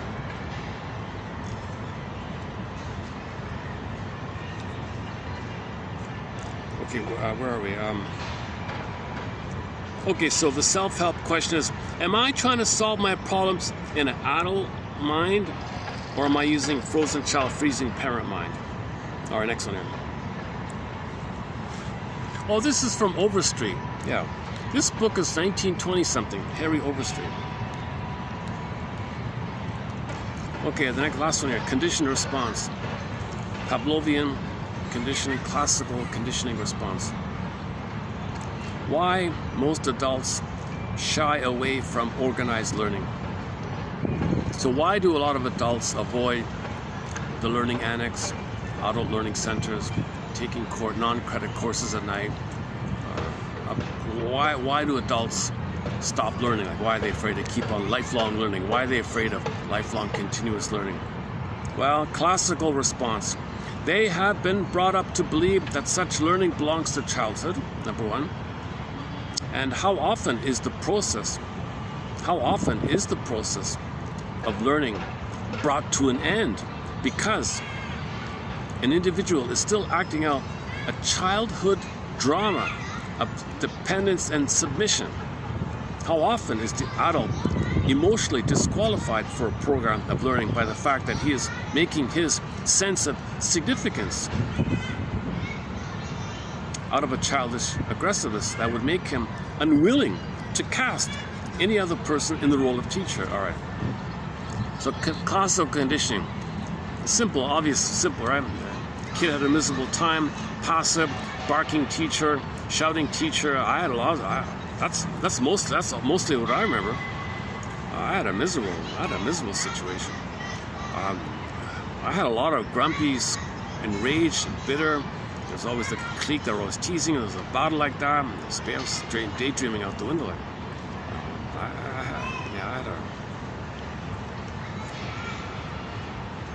So I kind of like, I have like a delayed onset of my interest in learning and reading like that.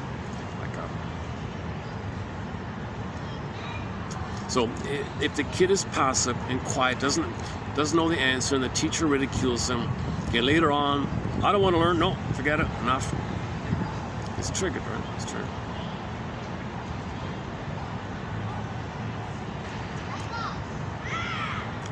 Okay, that's 83. Let's do today. Let's do the below ones here. 82 here. So today we're doing 3182 here. Okay, hang on a second. Some good quotes here as well.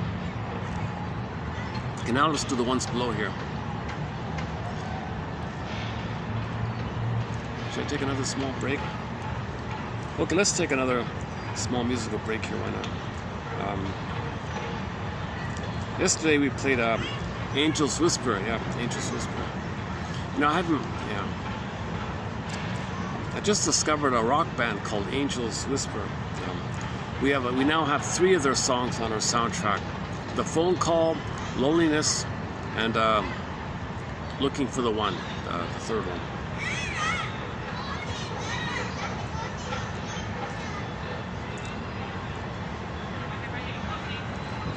We haven't played this one in a while. Hang on. What's appropriate for this song? I wanted to play a song I mentioned upstairs. What was it again? Oh yeah, Fanny, the Fanny one. Do I have it here? Okay, remember the guy? Every time she was sadistically cruel towards him, he would love her more. Ain't that peculiar? So let's play that song, Ain't That Peculiar.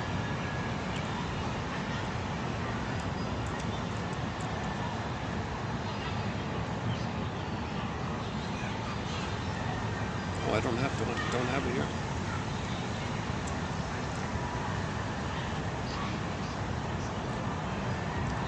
Oh, here we go. Which one is this? Yeah, okay. One of them is copyrighted, right? Okay, this might be copyrighted.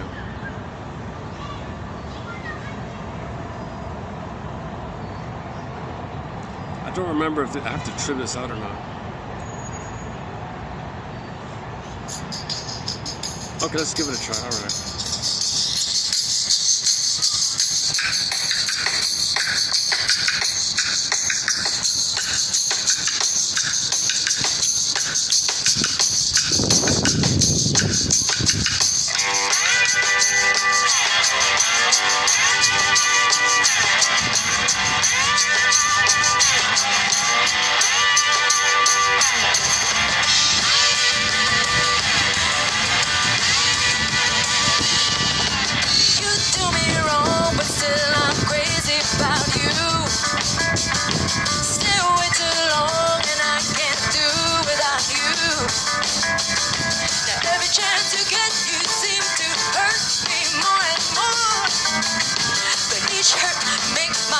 love much stronger than before. I know flowers grow through rain, but how can love grow through pain? Ain't that peculiar? Ain't that peculiar?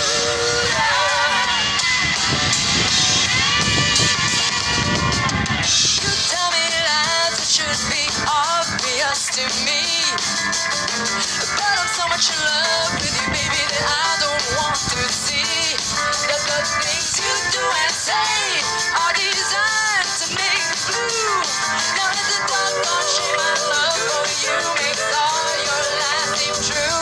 Now if the truth makes love last longer, why do lies make mine less stronger? No, ain't that peculiar? Ain't that peculiar?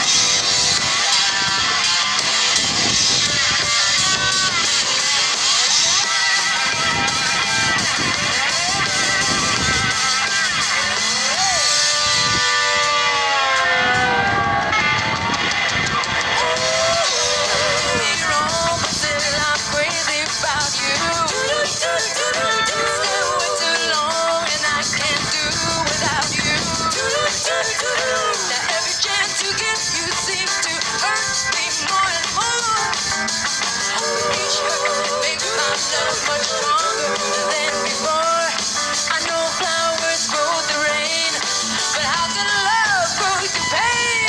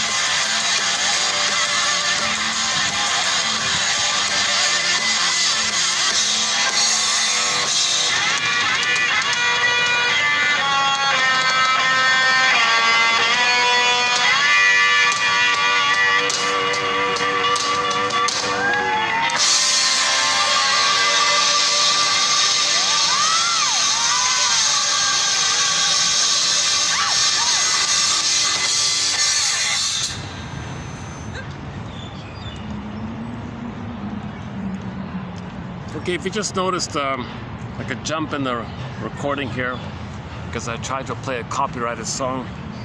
I tried to play a live cover of Ain't That Peculiar by the all-female rock band called Fanny back in the early 70s. They're still around. They rebranded themselves. The band is called Fanny Walk the Earth, and we play one of their songs from that revise called Lured Away. Another good song, yeah, Lured Away. Okay, now let's take a peek at today's batch here.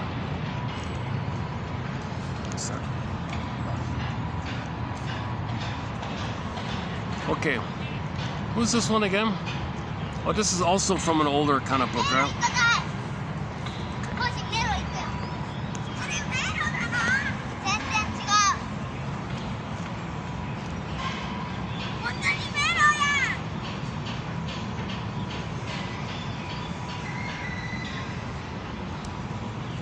It's got really sort of small, it's got tiny writing here, so let's see if I can read this here. Okay, let's see. Uh-oh, exposure's locked. Alright, let's give this a try. Oh, I still haven't figured out how this, okay, kids just shut right in front of me. Okay, the child. Okay, the child. I'm fussing every time I move the phone. The thing twirls around. For some reason, the rotate function doesn't work. I don't. I'm using a real budget phone here. The child.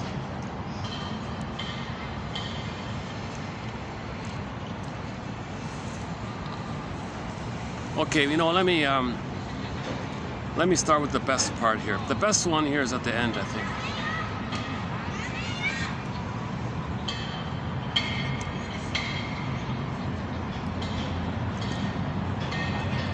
Okay, projection. Yeah, okay. This the best part, I think, is the last one here. The last two. Okay. So it's about projection. So projection is the means of bringing repressed material to your consciousness. How do we know? How do we know our trauma? How do we know we feel shame or guilt or something? Well, you say others are no good. That's projection. That's how you feel. So Lachlan calls it a mirrored mechanism. You look in the mirror, it's with you. Much of what you say is about yourself. Well, first see if it's about yourself. Usually it is, right? So the camel, 10,000 years ago, the Nubian people would say, the camel can see the hump on the camel in front of him, but he can't see his own hump. So it's like shadow behind. Similar to Aesop with the two bags, like that. So we have a lot of great quotes on projection. So this is another one here, using the metaphor of the criminal. Okay, projection. Essentially, projection is a kind of frame-up, and the only way it differs from the underworld frame-up is that the one doing the framing is not aware of what he's doing. In purpose and effect, however, they are identical. Both are devices for saving oneself, and both victimize others without regard to their guilt or innocence. In some ways, projection also resembles the ancient ritual of scapegoating. Then it will be remembered the people unburdened their problems onto a goat and dispatched the animal and its load into the wilderness to perish. But there, the unburdening process was deliberate, and the victim was a goat, not another human being. Next part. Okay, my clients invariably tagged others with the traits and conflicts that were most disturbing to themselves. The link between their private despair and the anger they directed toward others was never evident to them. The image they held of all whom they hated was consistently refracted through their own fears. Once they were made aware of those fears, okay, so your angry judgment, that's an inner fear. You got to loop back to your old fear, childhood fear. It builds up to anger, then you project it in the form of. So you say, "Hey, it's your fear," like that. Okay. So I got to do something with this phone. I got to go back to printing out the paper again. Oh my God. You know, it says don't rotate, like keep it still, but it keeps maybe I'm doing does it again. You gotta hold this so still and don't move it in any way, then it okay, essentially does it again, eh? My goodness. Sorry, hold on a second. The image the clients held of all whom they hated was consistently refracted, like the lens, right, the filter, through their own fears. Once they were made aware of those fears, their view of others were altered accordingly. But in the underworld frame-up, the real culprit usually considers it sufficient merely to pin the goods on his dupe and then skip town or simply wait it out. In our psychological frame-ups, we not only arrange for our victim's conviction, we insist upon it and even carry it out. The prejudiced project onto him all their own most alarming impulses. For no self-respecting member of the community can afford to remain impassive in the face of moral laxity. Thus, the prejudiced can feel guiltless and even virtuous about their maltreatment of condemning. Moreover,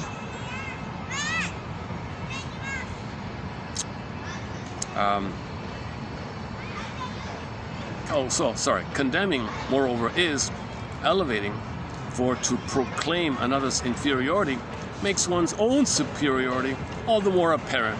What a twist, eh? So the bully looks good, right? The bully makes himself look good after he hurts the kid. So he convinces you take a typical schoolyard bully situation. So the bully was very abused, identifies the aggressor, he goes to school around, looks for someone vulnerable to play the role of him. He's going to repeat what happened to him. Hey, geek, I'm going to see you as me. I'm going to overlay my past into the present, see the present through the lens, the refracted lens of the past. I'm going to repetition compulsion, but you're going to play me, I play the mother. Mother shame me, I'm her. You play me, I shame you, because you're me and I'm her. Okay. Now, due to the fusion, okay, while he's the aggressor, okay, he is the victim. He's the aggressor, but he is the victim. So he uses the attitude and vocalization of what the victim is saying and identifies with it, and he is the victim while he's being the aggressor. So he can do both. That's just called identity diffusion, and he identifies as the aggressor, repetition compulsion, and there's no time. So he's got to replay. All right, geek, you're me. I'm my mom. Oh boy. So, or maybe it's gonna get a little busy here.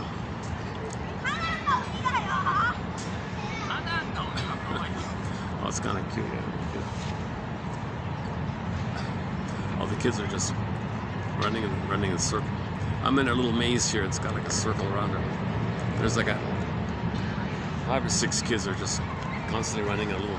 Oops, just ran into me.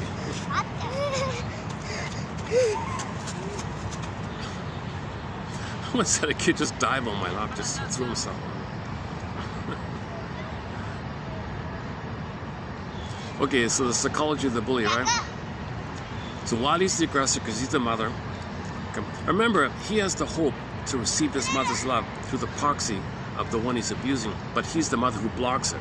Doesn't make sense, right? I'm afraid they're gonna bump into me. My camera's gonna go flying in my. I'll lose the video.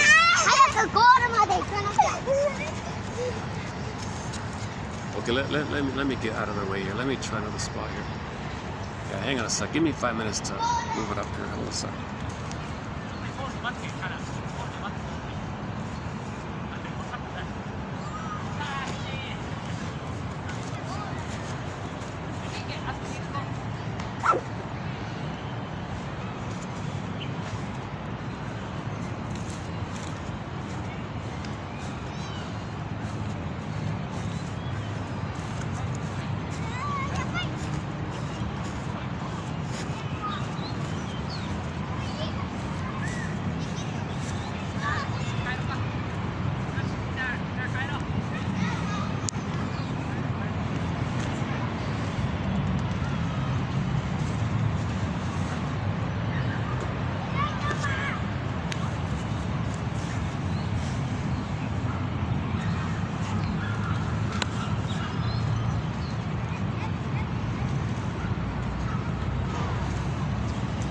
Okay, I've talked about the bully personality already before. Let's leave it there. Because there's no identity, right? So the other's them. They think they're the victim while they're the aggressor. They're the mother. They're both at one. It's a 2-in-1 thing. Remember dual unity? 2 is 1. But this idea of the difference, the metaphor of projection. So in the criminal underworld, right? They frame somebody They do it on purpose. They try to make it happen. They try to make, the criminal makes themselves look good, and the patsy is considered the bad one, and everyone jumps on the patsy or something, and the guy who did it is look as good, seen as good. Into the episode, Jody from the TV show Stony Burke. You got a guy named Jody, had Asperger's. Remember, you're up to be down on what you're not up on. So he was a simple-minded kind of character, harmless character, but someone wanted to be famous. So the newspaper guy painted him in a scary way to make himself look good, to sell papers, to get a promotion, because he wanted to be famous, this newspaper guy. So he scared the daylights out of everybody. Oh, that guy Jody in town here. Very scary stuff. Huh? Everyone, wow, thank you for protecting us. You're a hero. So they drove him out of town. The poor Jody said, why are people hating me? And Burke's reply was, some people have to find ways to make themselves feel important. So the villagers, okay, they're not, you're apt to be down on what you're not up on. So he was like unknown. Triggers the original fear of the unknown. Okay, so Asperger's is unknown. Lighting's okay. Is lighting okay here? I'm doing okay. I got a lot of glare here. How can this hang out here? All right. Hopefully the playback is okay. So the original unknown was the mother. Betrayal, sees the mother as a monster of the id, first unknown. So later in life, anything unknown to you, bing, bing, bing, bing, conditional response. It triggers the image of your rage. So you're actually reacting to your own rage at your mother, to yourself, and the image is the frightening thing. And you put that image onto someone unknown because the unknown triggers the first unknown. So whatever's most unfamiliar to you will trigger that past, called prejudice. So a lot of prejudice can come from the, so lack of awareness to yourself, okay, you're apt to be down on what you're not up on. If you're not up on yourself, you don't have self-knowledge, you're apt to be down like this. Okay, so projection in general, right? So in the underworld, how did it go again? In the underworld, they framed the fellow, made it look like he did it, told everyone he's the bad one, and the guy behind the scenes is seen as the good one. And people in the public or whatever, they want to feel important, they're not going to tolerate this, so they all go after Jody, let's say. So this is conscious, it's deliberate, it's malicious, it's very active like that. Okay, now in psychological projection, the frame-up, the person doing it usually doesn't know this. The person who says, I'm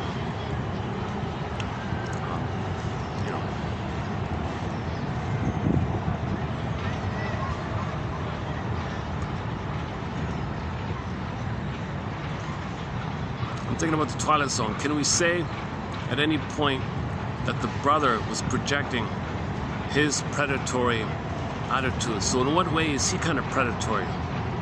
So because the brother in the Twilight Zone discussed earlier, he said to his sister-in-law, you're a predatory alley cat. It seemed a little extreme. Right? Yes, she's a gold digger, malicious. Yes, she's kind of like that, you know. But at some point, what about him? In what way is he a little bit like that? Well, he's making a serum. Would he use it to make money against others? We don't know, right? He's perceived as the good guy, right?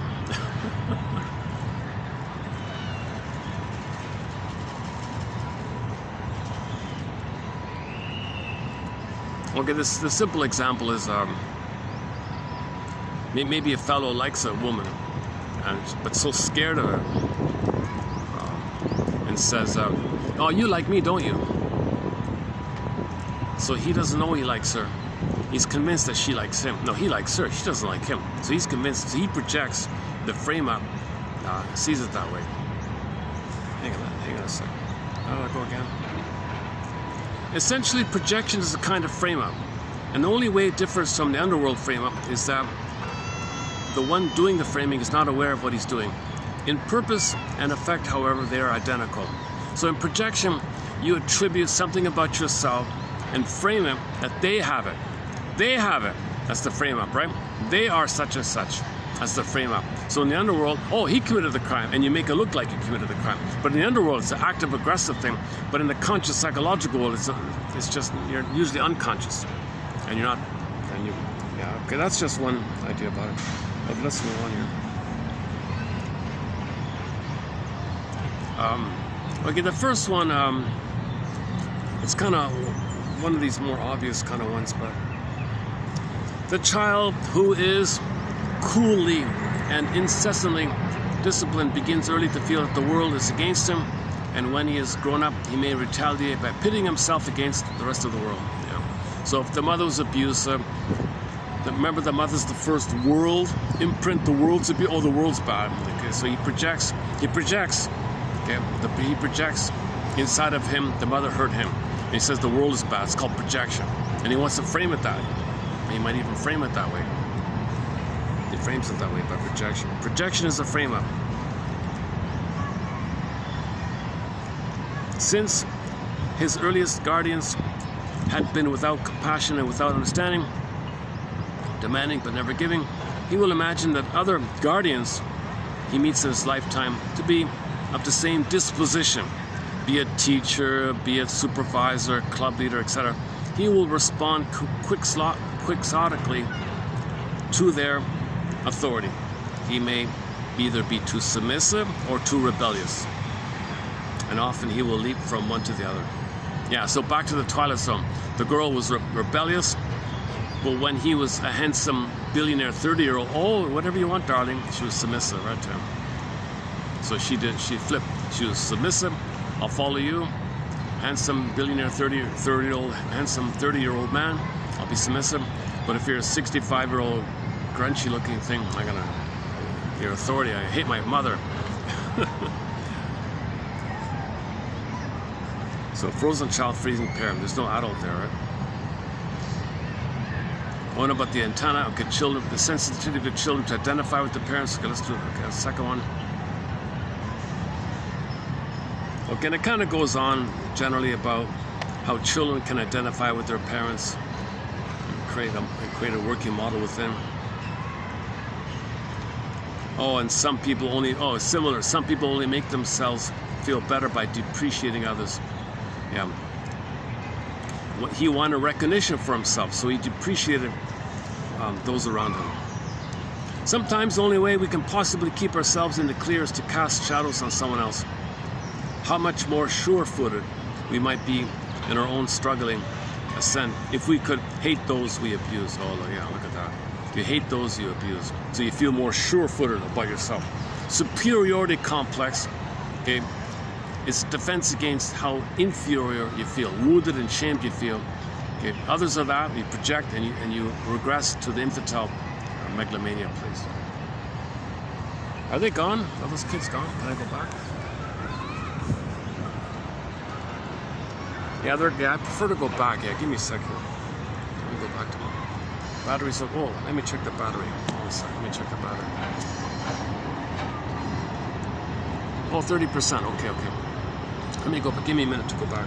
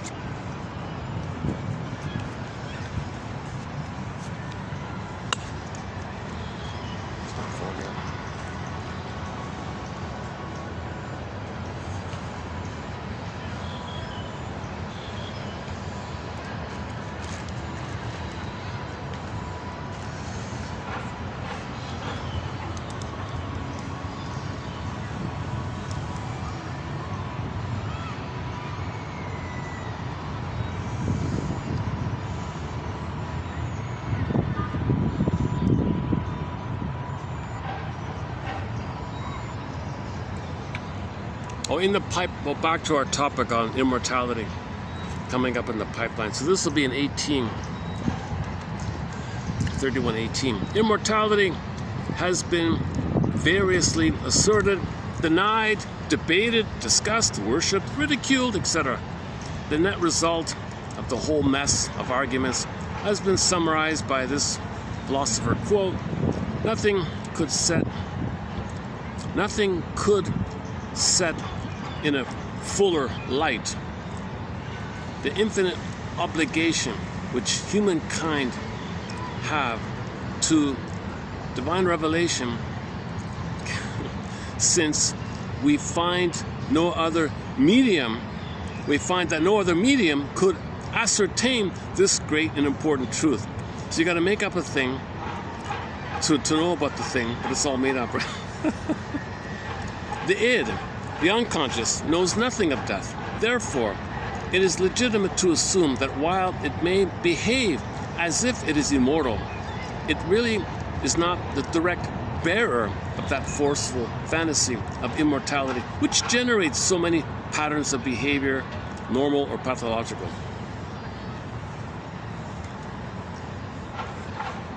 That's a silly comment. That's a silly thing he said, but I include it anyways.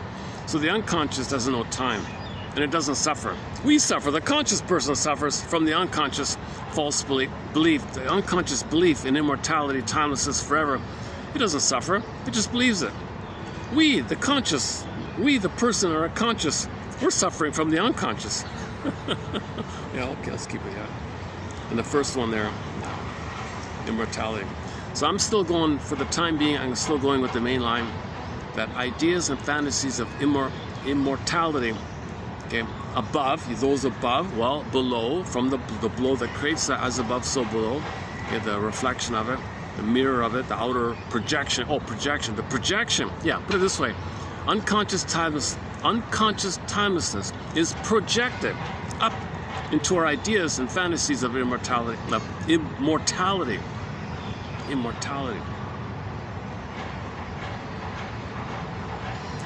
Theoretically, if a baby's normally loved, properly loved, he has a psychological work, his mind is, I'm okay, you're okay. He lives in the present, loves in the present. Reality ego, common sense ego, we're from the earth, biology, okay, we live for so many decades. If the body goes and the mind and the brain goes, and the mind is in the body, brain, the whole system, then it's going to kind of go, maybe there's some consciousness that lingers afterwards, goes back to the ground, maybe, or some people want to capture it and put it into a computer program and put it back.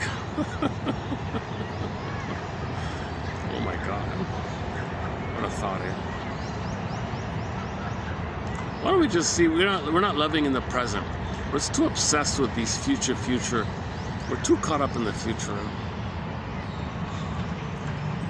Back to, yeah, I posted a clip about Rick Emmett's song, Big Lie. Yeah.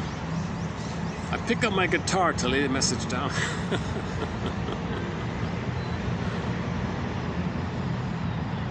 He's on tour. Rick Emmett and his buddies are on tour 2026.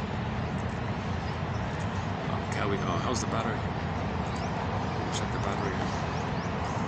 35%. We're doing okay, eh? Yeah, look at that. I got an early start today, yeah. To my surprise, park's not too busy today. Oh, let me take a breather.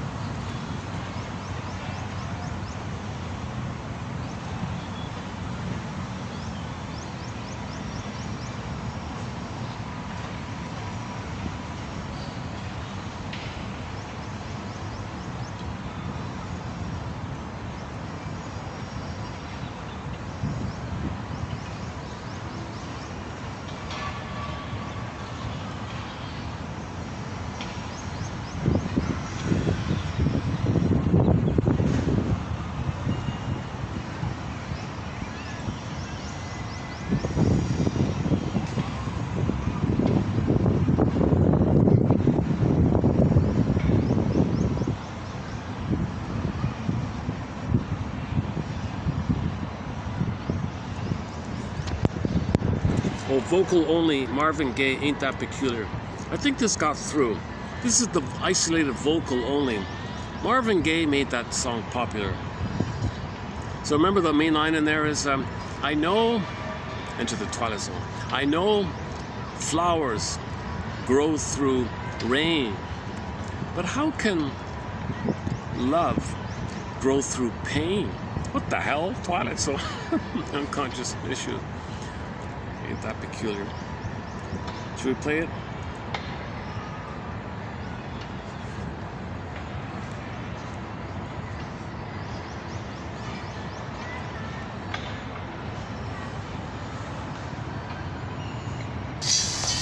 Honey, you do me wrong, but still I'm crazy about you. Stay away too long and I can't do without you. Every chance you get, you seem to hurt me more and more. But each hurt makes my love stronger than before. I know flowers grow from rain, but how can love grow from pain? Ain't that peculiar, a peculiarity? Ain't that peculiar, baby, peculiar as can be? Oh, you tell me lies that should be obvious to me. But I'm so much in love with you, baby, till I don't want to see that the things you do and say are designed to make me blue. It's a doggone shame my love for you makes all your lies seem true. If the truth makes love last longer, why do lies make my love stronger? Ain't that peculiar, baby, peculiar as can be? Ain't that peculiar, a peculiarity? Hey, hey.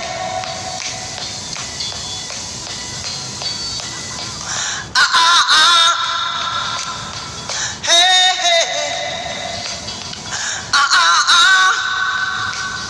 Hey, hey.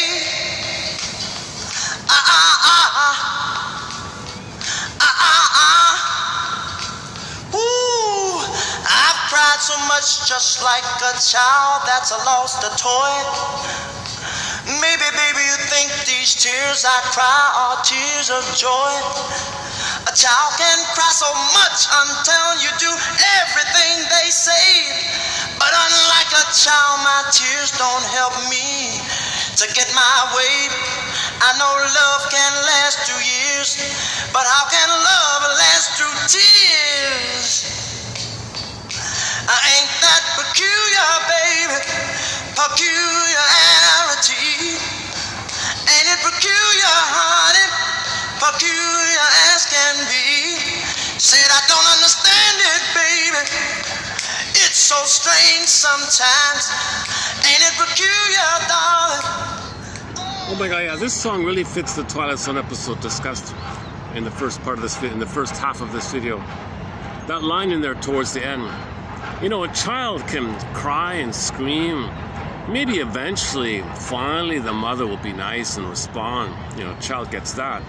He says, but me as an adult, I scream and beg and all this, you never respond. So in the Twilight Zone, he went back to the child and mother will respond.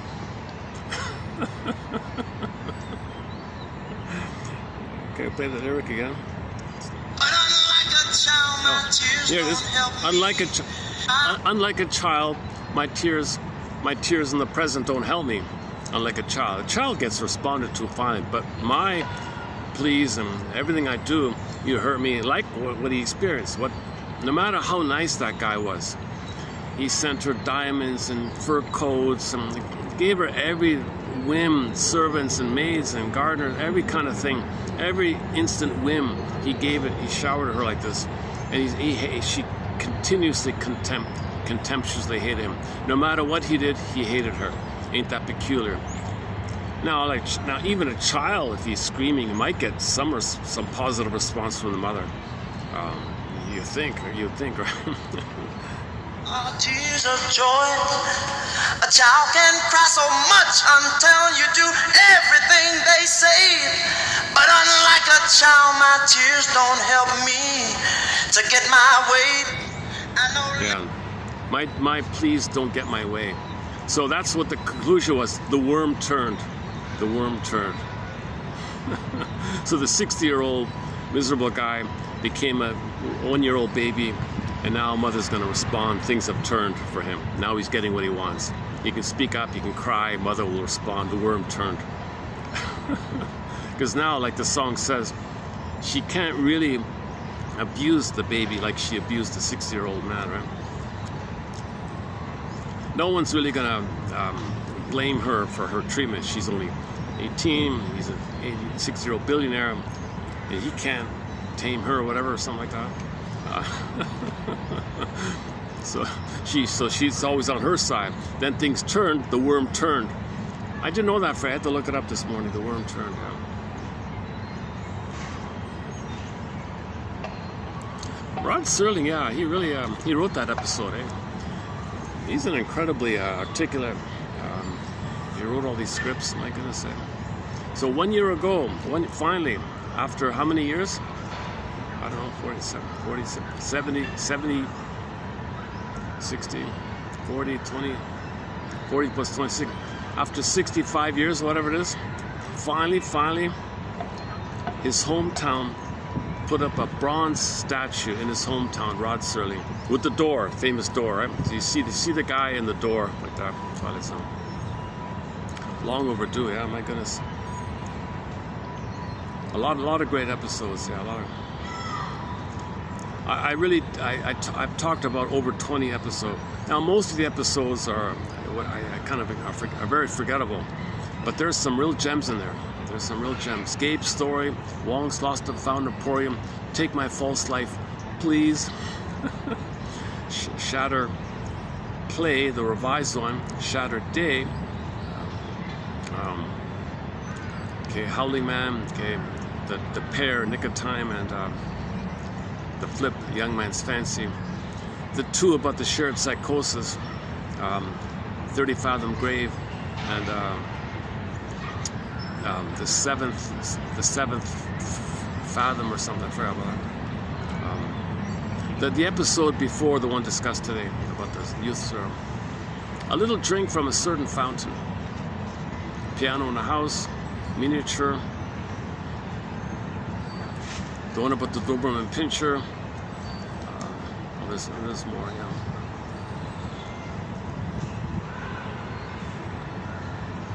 What's that?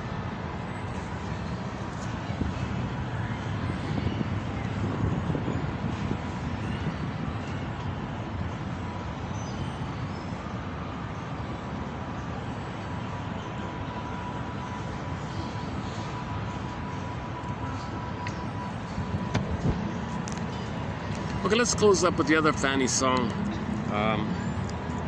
What's it called again? Lured Away. Lured Away. When the song ends, I'll hit the stop button for today. And okay, so like they say in the Twilight Zone, submit it for your consideration. Submit it for your approval. Your mission, should you choose to accept it, like they say in the other show, is to read the quotes from 31:13 to 17, those 5 pages, and really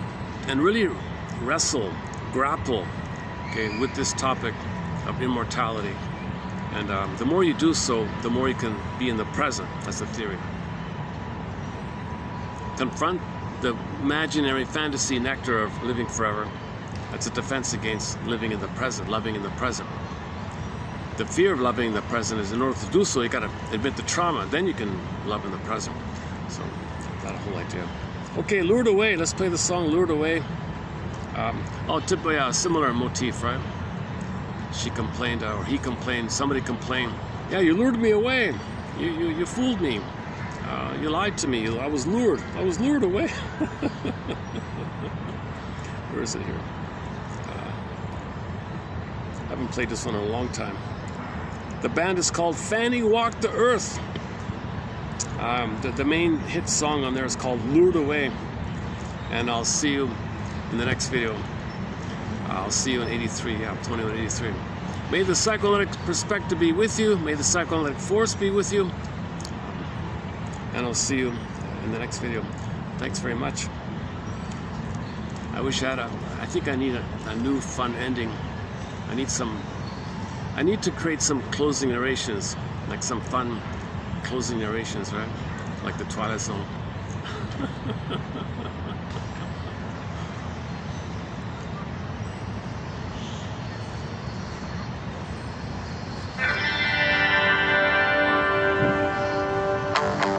I'm not starving, but I'm kinda hungry. My heart beats.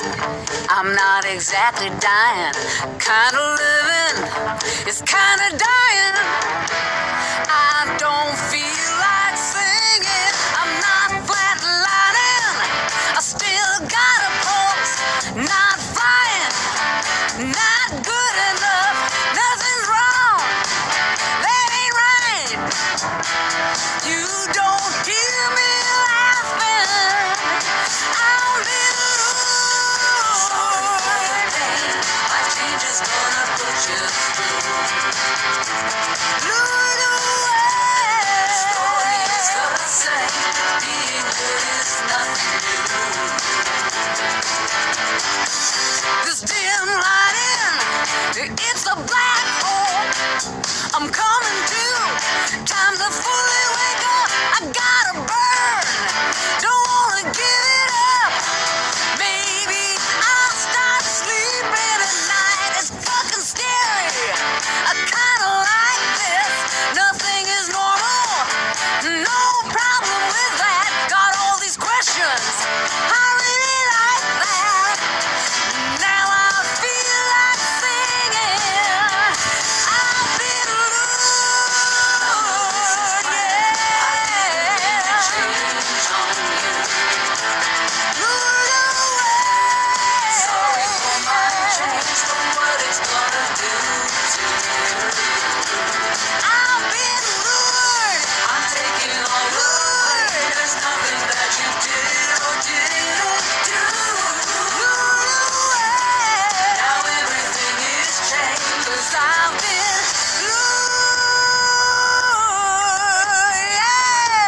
Starving, I'm still kinda hungry, kinda living, it's kinda dying, I didn't plan it, damn it.